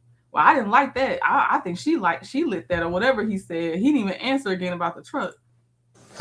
Okay. She had to like that, sir, not me. Okay. All right. Because I'm out there in my truck. Hey, Josh, what are you taking back? This dummy. I'm so glad. She had to light that, not me, because I'm outside in my truck. The truck you just said that's not my truck. Let's go back in there. The middle room, please. I'm right there in my truck. Eventually, the detectives gave up, but they had enough. A murder warrant was issued against Barganier that same day. The next day, the autopsy returned. Soot in her airways, carbon monoxide in her blood. Marilyn had been alive when the fire started. She was still breathing when Barganier walked out. The detectives now believed what the evidence said, that Barganier had walked into her bedroom with gasoline while she slept, poured it on her, and set the fire. On March 23, 2026, 16 months later, Barganier pled guilty to first-degree murder. He was sentenced to 45 years in the Texas Department of Criminal Justice. Marilyn McEachin was 70 years old. She had owned that house for 20 years. She is survived by her sister Gwendolyn. I'm glad it was at least solved. I can't stand these people. Oh my God. 8 years, because he said they lived together for 8 years. 8 years of not having to worry about a bill. And instead of being grateful, you never did anything with yourself. I don't know how long he had been in prison those other times. You never did anything with yourself. To the point where I think she got tired of him. But even if she didn't, even if it's just like, hey, I just don't have the same feelings for you anymore. You need to be a normal person and walk away and find another way. But you don't have another way. He's all talk. Oh, I'm getting a VA house. Blah, blah, blah. No, you're not. No, you're not. She was, Mindy. Okay, y'all. I think I'm going to save the one I was trying to play for y'all that I thought was a child predator that wasn't for another day, but I still do have one more for you. This is a woman cop. Hold on. She was a married cop. He said no to her. She shot him 8 times, and it says the Cheryl Clark case. Everything I've played today so far, or everything I am playing today, has been sent to me by one of y'all. So we're going to look at this one. And I could see my bias as soon as this video started. And it was, yeah, I was wrong. But now we're watching it together. Let me know what y'all think. Stop!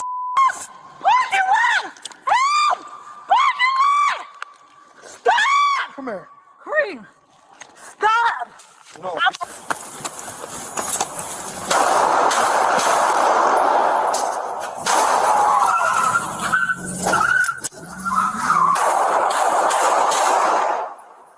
Marta Sargent is recovering after an attack led her to firing her weapon. This video is from the scene last night, and the GBI has now taken over this investigation, saying that the officer was attacked by her ex-boyfriend on Forsyth Street near a MARTA station. The GBI report says the suspect knocked the officer to the ground, dragging and strangling her before reaching for her gun. That's when the sergeant shot the suspect.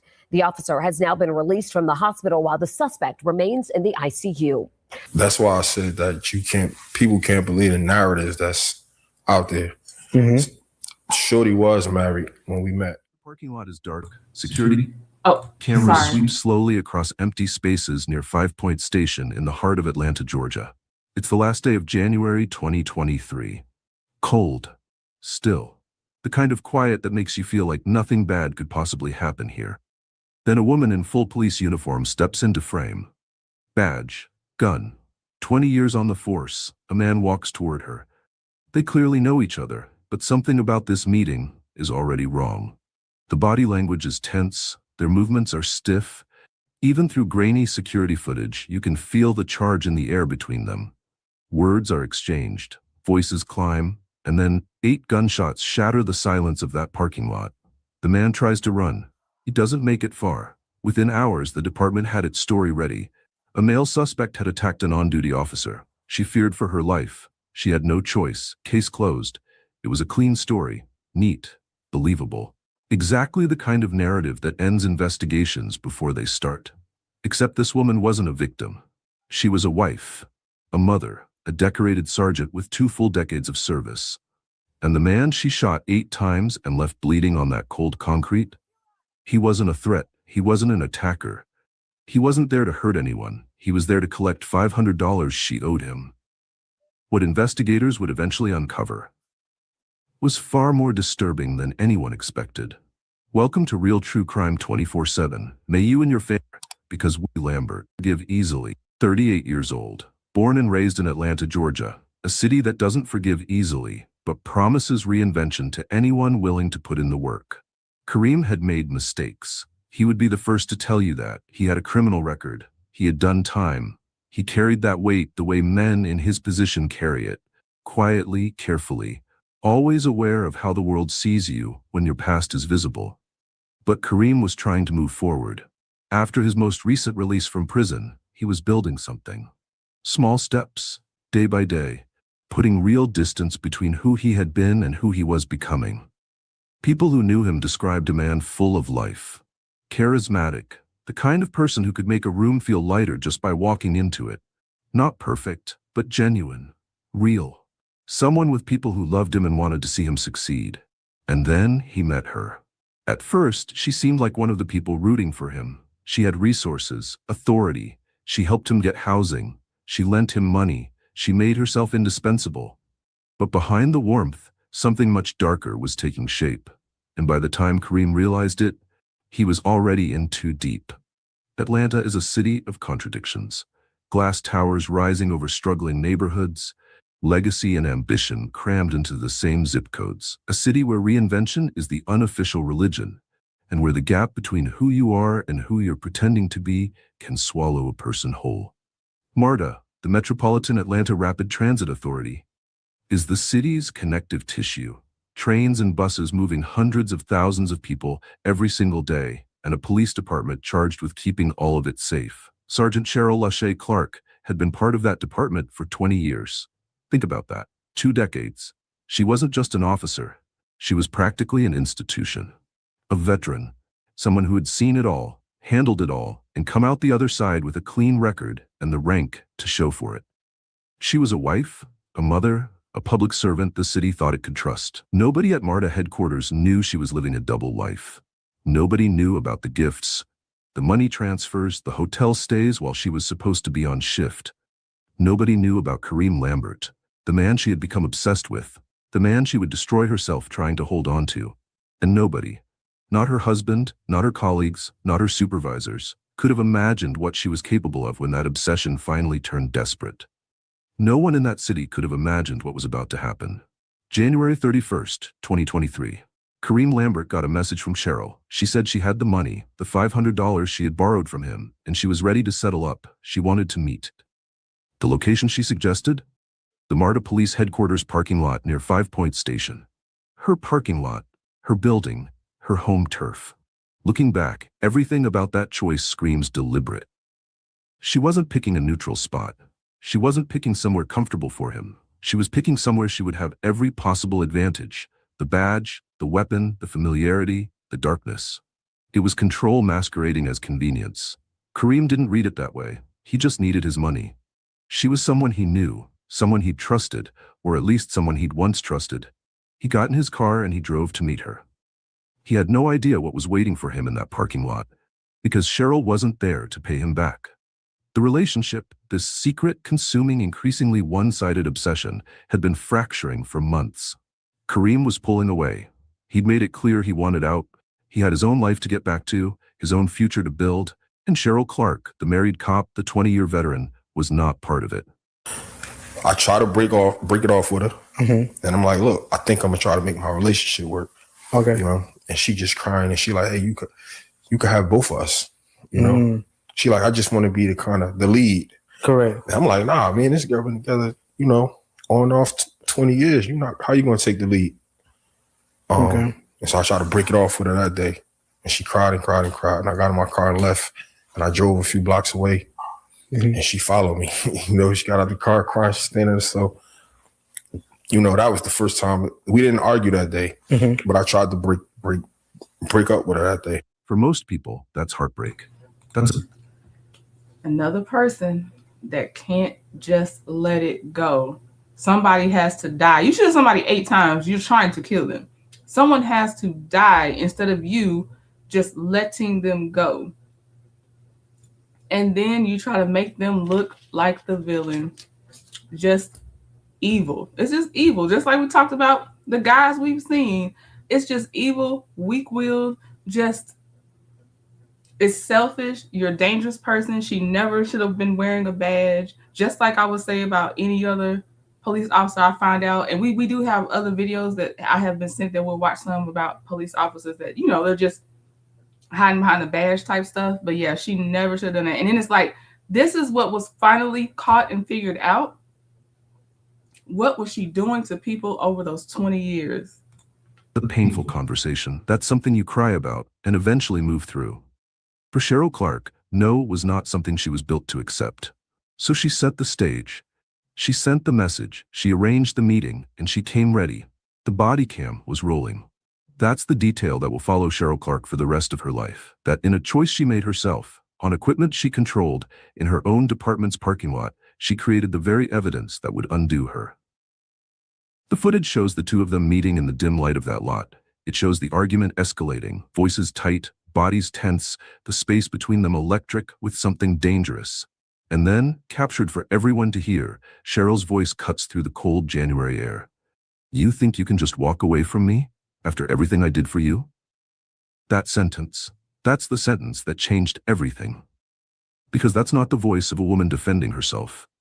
That's not fear. That's not confusion. That's a woman consumed by something she can't control, and furious at a man for refusing to be controlled by her. Witnesses and investigators would later describe what happened next in careful detail. Kareem tried to de-escalate. He stepped back, raised his hands, attempted to talk the temperature down. He was not the aggressor. He was not threatening. He was trying to leave. He turned around. He started walking away. 8 shots rang out. He was struck multiple times, in the torso, in the legs. Critically wounded, he still managed to get to his car and try to drive away. Cheryl pursued him. She fired additional rounds through the window of his moving vehicle. 1 bullet severed his brachial artery. Kareem Lambert nearly bled to death in that car. Kareem, stop! I'm yours. I'm you can fuck me right. You can fuck me right now. I can fuck you Help! I can fuck right now? Yes. Show me. Okay. Show me. Let's go. Prove it to me. Let's go. Take your hand off the gun. I will. Take your hand off the gun. But you have to pull my pants down. Okay, take your hand off the gun. Stop. Take your hand off the gun. Do you hear the audio, the verbal thing she's trying to say to manipulate the what's going on? So I don't know if she knew her mic had already picked her up saying, I'm yours and we can still work this out or whatever. But he's saying, put the gun down. She's saying, I'll pull my pants down. You can F me right now and all this other stuff as if he's trying to sexually assault her right now. Do you see how she's trying to frame it and talk over what he's actually saying? This was wild to me. I don't know if I had to watch it twice, but I just know by the time I reached the end, I said, oh my God, dangerous. Dangerous literally because she tried to shoot him to death, and then dangerous for the accusations she was making up. Kareem, stop. Hey. That's what I'm saying. If you don't take your hand off the gun, you is going to get shot by this. Parking lot. Stop. Told you. Told you. Cream. Stop. No, bro.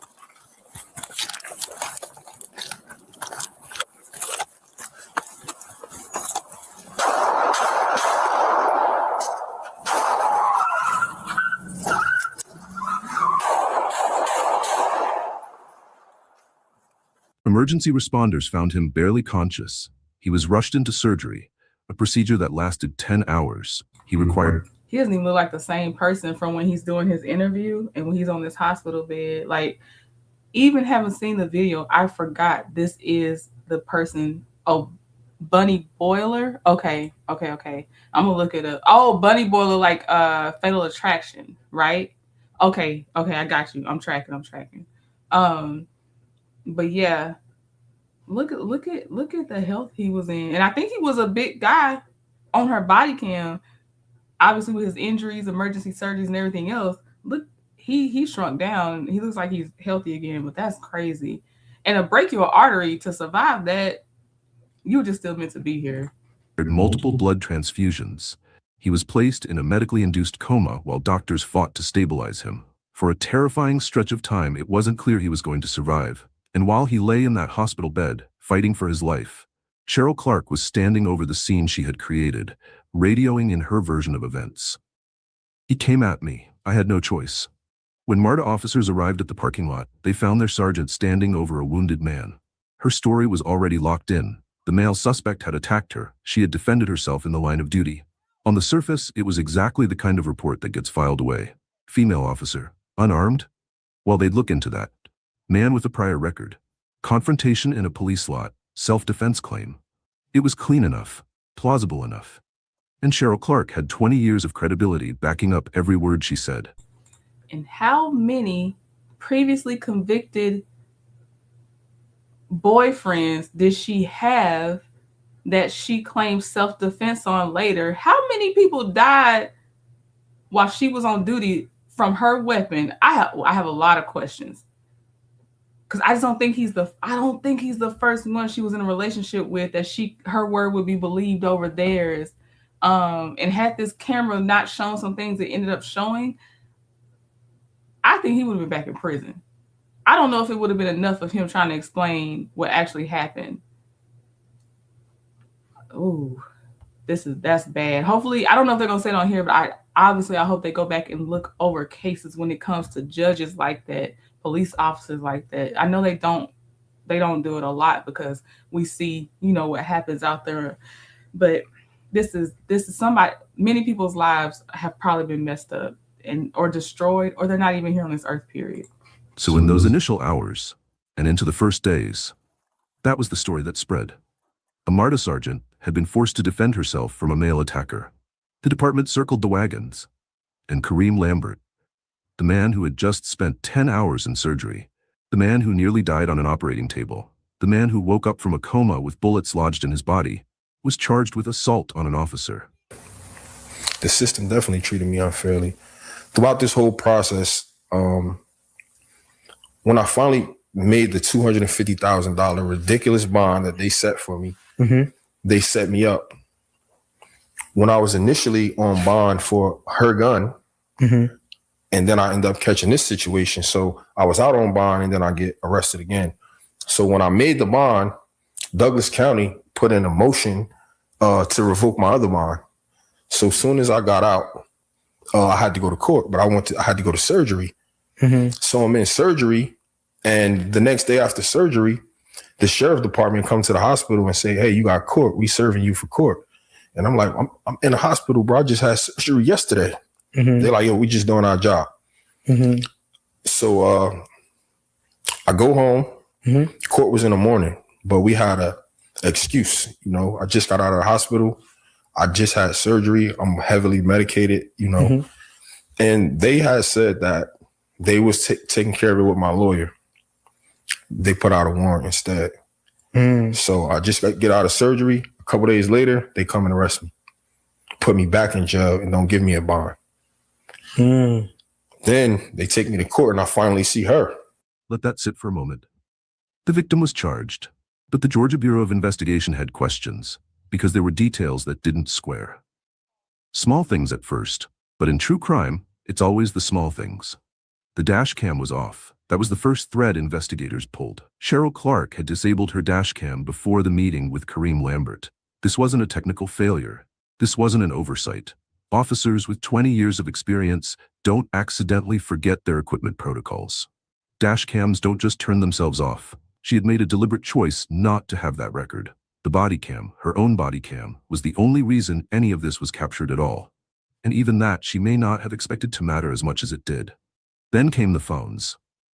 When GBI investigators recovered messages from Cheryl Clark's device, what they found was not the communication of a woman who feared for her safety. It was the communication of a woman in the grip of an obsession she could not manage. Threats. Escalating demands. Messages that revealed a relationship spiraling into something toxic and dangerous, with Cheryl as the one holding on and Kareem as the one desperately trying to get free. And then investigators started digging into something that had happened months before the shooting. Kareem Lambert had gone back to prison after his initial release. The reason? A gun had been found in his car. A gun that was not his. According to testimony and documents that would eventually come to light, that gun had been planted by Cheryl Lachey Clark, the woman with the badge, the woman with the access, the woman who knew exactly how to use the system, because she had spent 20 years working inside it. She had used her authority and her knowledge of law enforcement to fabricate evidence, have the man she was obsessed with arrested, and send him back behind bars. Not because he had done anything wrong, but because she could not let him go. As long as he was in prison, he couldn't leave her. He couldn't build a life without her. He was contained. She had even testified against him in court. I resented her. We had a couple of spats. I was catching her doing things, and then she did something vindictive. I'm calling her one day, and I'm waiting in my car. She had put a gun in my car. So I'm calling her, and I'm telling her, I just left work or whatever. I'm sitting at the gas station, and she's telling me she not home. She went to work. All of a sudden, cops pull up. I get locked up with the gun in my car. That's hers. She come to court the next day. She tell the judge it was her gun. She put it in the car. She even asked for the gun back. But they didn't let her. They let me out of jail. And when he was eventually released again, when he came out and still wanted nothing to do with her, when he still said no, she decided to handle it a different way. In a parking lot, at night, where only she had a weapon, the GBI reviewed the full body cam footage, every second, every word, every moment, from the time Kareem arrived in that lot to the moment he was rushed away in an ambulance. Before he goes on, yes, sounds like a control freak, diabolical.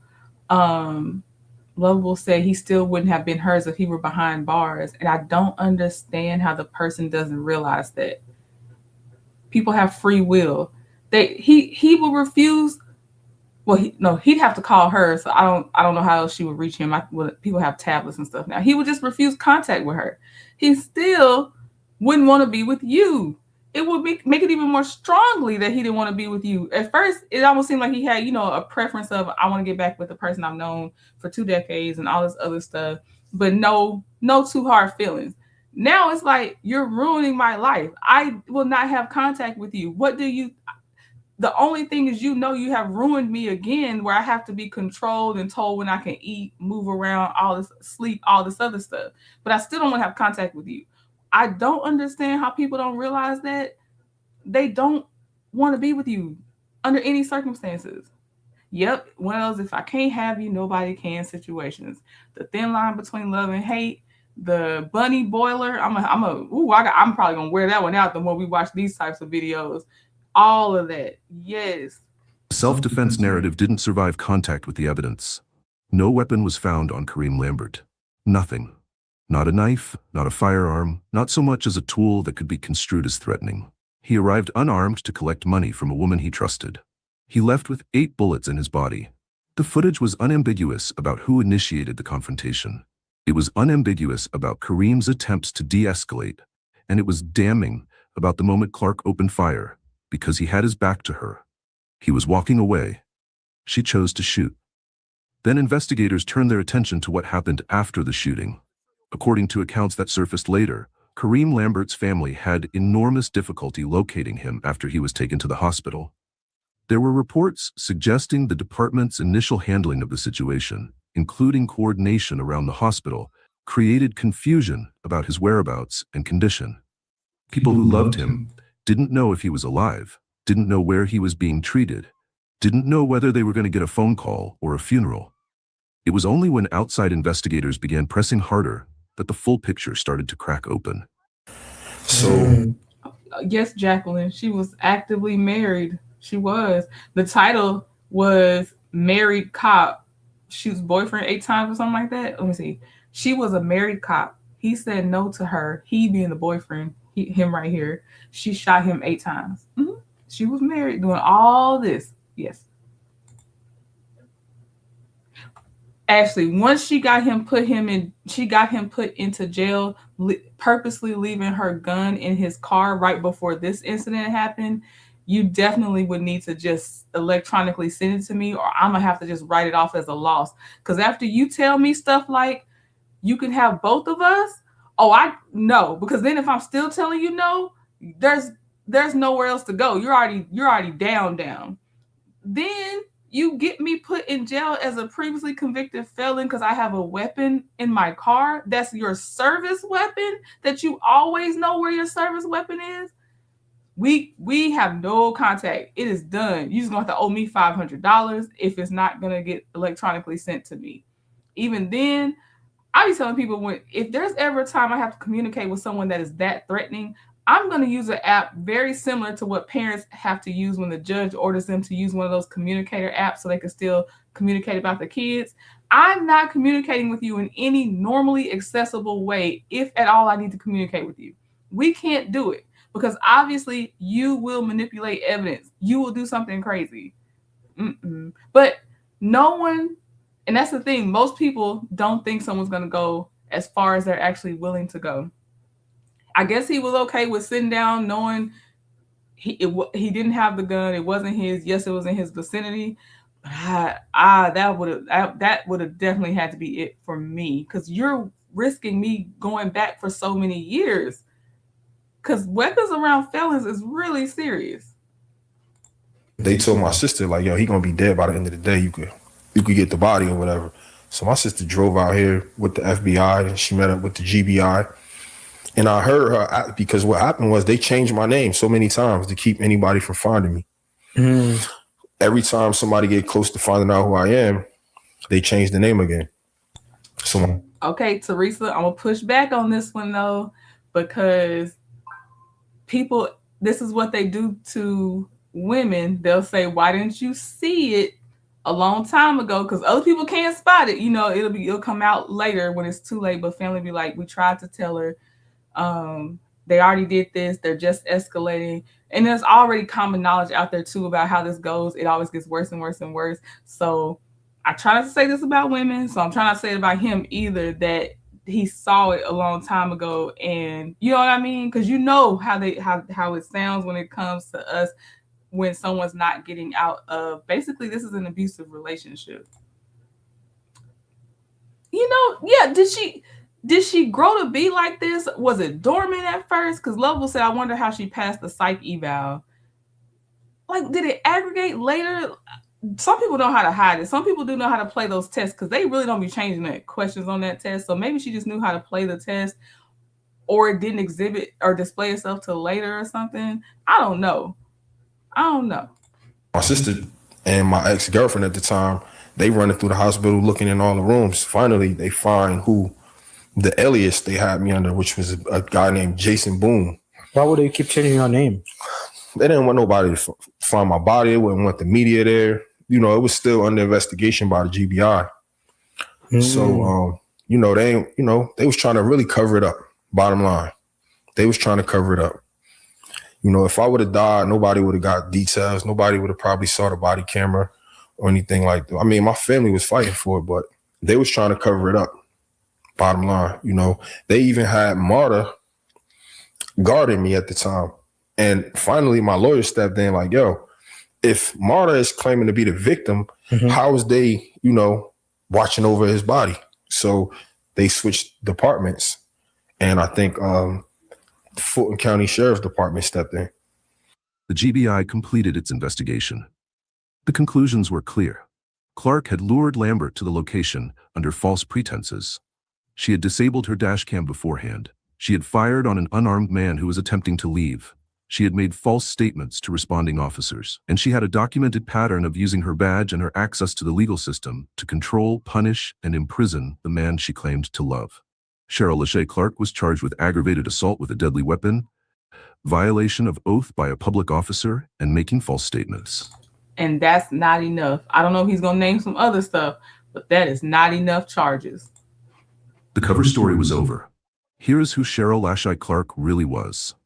A woman who had served the Atlanta community for 20 years and who used every skill, every contact, every piece of institutional knowledge she had accumulated to systematically destroy a man who tried to leave her. She gave him money. She provided him with housing.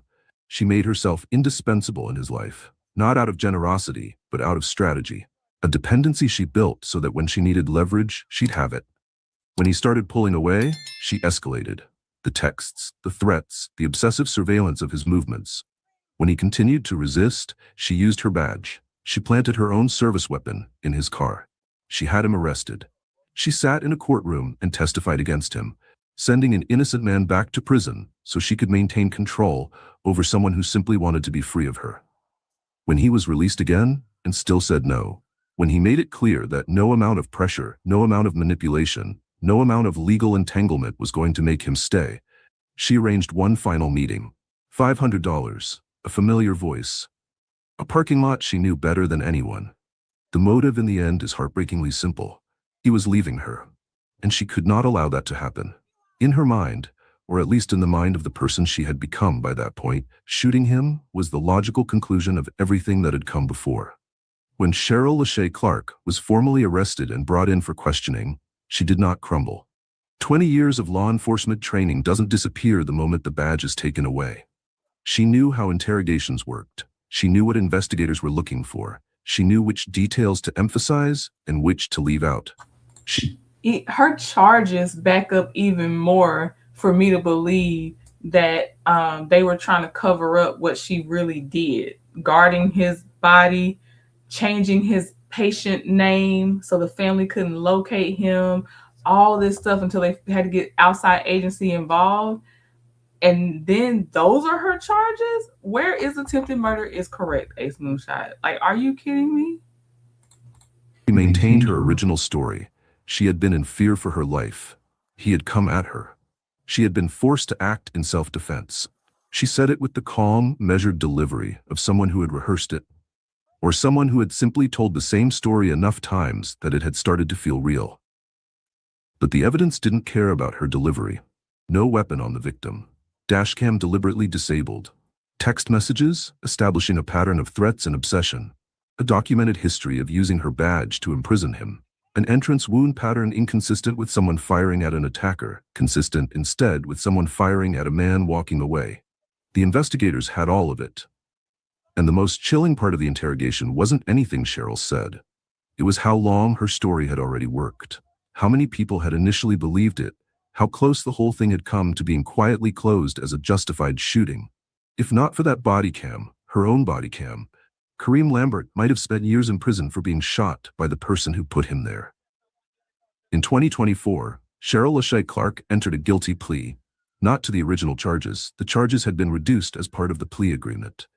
Her sentence, 10 years of probation, permanent revocation of her law enforcement certification. She would never work in law enforcement again. No prison time. Read that again. No prison time. For luring an unarmed man to a parking lot under false pretenses, for firing 8 rounds at him as he tried to flee, for pursuing him and firing through the window of his car, for severing an artery, for nearly killing him, for planting evidence to have him imprisoned months earlier, for lying to investigators, for standing in a courtroom and committing perjury that sent an innocent man back to jail. 10 years of probation. At home. No prison. Meanwhile, Kareem Lambert, the man who had been shot, the man who had undergone 10 hours of surgery, the man who had flatlined and been brought back, the man who now lives with permanent physical disabilities, was still facing criminal charges for allegedly assaulting the officer who had shot him. The victim was charged. The perpetrator got probation. Lambert's attorney did not mince words in response to the outcome, that his client was lucky to be alive, that what happened in that parking lot was attempted murder, plain and simple, and that the sentence handed down was a profound failure of the justice system. Kareem Lambert's civil lawsuit against Clark and Marta is still ongoing at the time of this recording. For a long time, this case barely registered beyond Atlanta. Local outrage, community anger, the kind of story that burns hot in the neighborhoods it touches and then disappears from the national conversation before it can generate any real momentum. I'm gonna skip to the end just because sometimes with the audio, it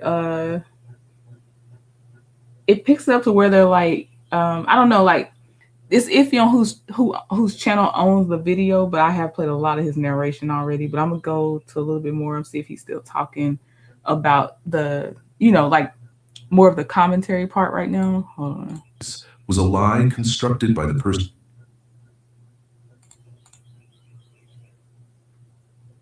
The body camera she wore was supposed to protect the public. Okay, so it's mostly his ending commentary. So yeah, she got 10 years of probation because she played out and the charges were even reduced from the horribly low charges she started with. I wouldn't be surprised if they still let her keep her pension. I hope they didn't, but I wouldn't be surprised if they did, Jacqueline. This was a miscarriage of justice for sure. Yep, 10 years of probation. I know. That's wild. Thank y'all for sending these to me. I will forever be behind. So if you ever send me something, it's probably in the line somewhere, but you probably forget which ones you sent me by the time I'm playing them. But I do try to play. I try to play the ones I'm comfortable with talking about. There's some I'm not, so I just be like, I might watch it because I'm interested, but I might not play it. But just because I don't play yours as soon as you send it, I have a long queue of videos I've been sent, and I just go through seeing which ones to put together at that time. So just because you haven't seen it doesn't mean I'm not going to play it. But what have I told you? Oh, you probably won't see over here when an unarmed Black person is shot by a police officer. Not because I don't care, but because those do get to me more mentally than others. And there are people that are more eloquent about speaking about it, and I need them to be the ones speaking about it. The other ones I've been okay with, as far as I'll still talk about them, is usually child predators, also just predators against adults, whether it's elderly, adult teens, whatever, predators, sexual predators in general. What's the other ones? The stalkers turn killers. I have a lot of hard topics I'll cover. It's just a couple they're not for me because it's for the person that's meant for, that can communicate way better than I can do it. You're not surprised by it, Lovable? Whew, that's crazy. But yeah, so if you do like sending videos, I am backlogged again, but it's just my channel name at gmail.com if you want to send some YouTube links to me. And if you group some together, like if you send me like 5 emails, I'll make sure I've seen an email and respond thank you, just so you know. I just don't hit respond to everyone you send me, but you at least know the email worked, because I'm gonna say thank you to a video you sent me and stuff like that. But yeah, it looks like, okay, we've had 2 evenings right now where we've been able to watch some of our more serious stuff. This was voted for because I did put a poll up in my post to see if y'all wanted to go over the Darrell Brooks trial for the next few weeks, or look at the trigger warning body cams that y'all have been sending me. This is the one. It won actually a pretty good gap in between. So we do have a few weeks of me trying to, the same time I would have dedicated in the evening or afternoon to look at the Darrell Brooks trial, I'm trying to fit in the body cams that can fit about that same time frame. So we'll have more of these, not every evening, but intentionally I'm trying to come on to play multiples of these. But thank you again for your company as always. I hope you have a good night. Go watch some kitten and puppies videos or whatever you do to get your mental back together, because these can be heavy and sometimes they'll sink in later instead of instantly. So yeah, just protect your mental health. And no one's a hero if you stay and watch trigger warning videos and you can't handle it. Do not force yourself to do that. But all right, y'all, I'll talk to y'all later. Bye. Before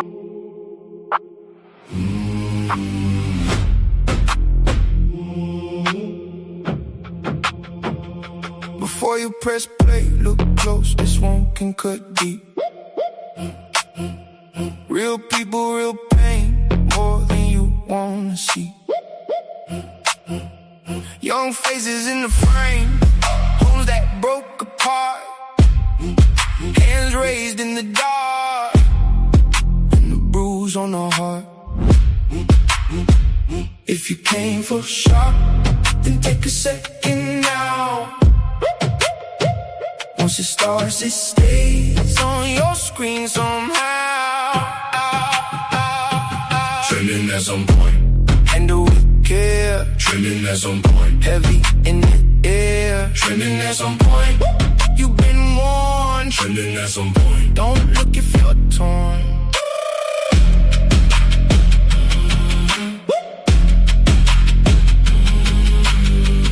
Body cams, hard truth, no filter on the ground. Some nights end in sirens, some in a final sound. So if your mind is tired, if your chest runs thin, know what you're stepping into before it begins. If you came for shock, then take a second now. Once it starts, it stays on your screen somehow. Trending at some point, handle with care. Trending at some point, heavy in the air. Trending at some point, you've been warned. Trending at some point, don't look if you're torn. Slow down, breathe in. Don't call it entertainment. Not every truth is easy. Not every frame is safe to change.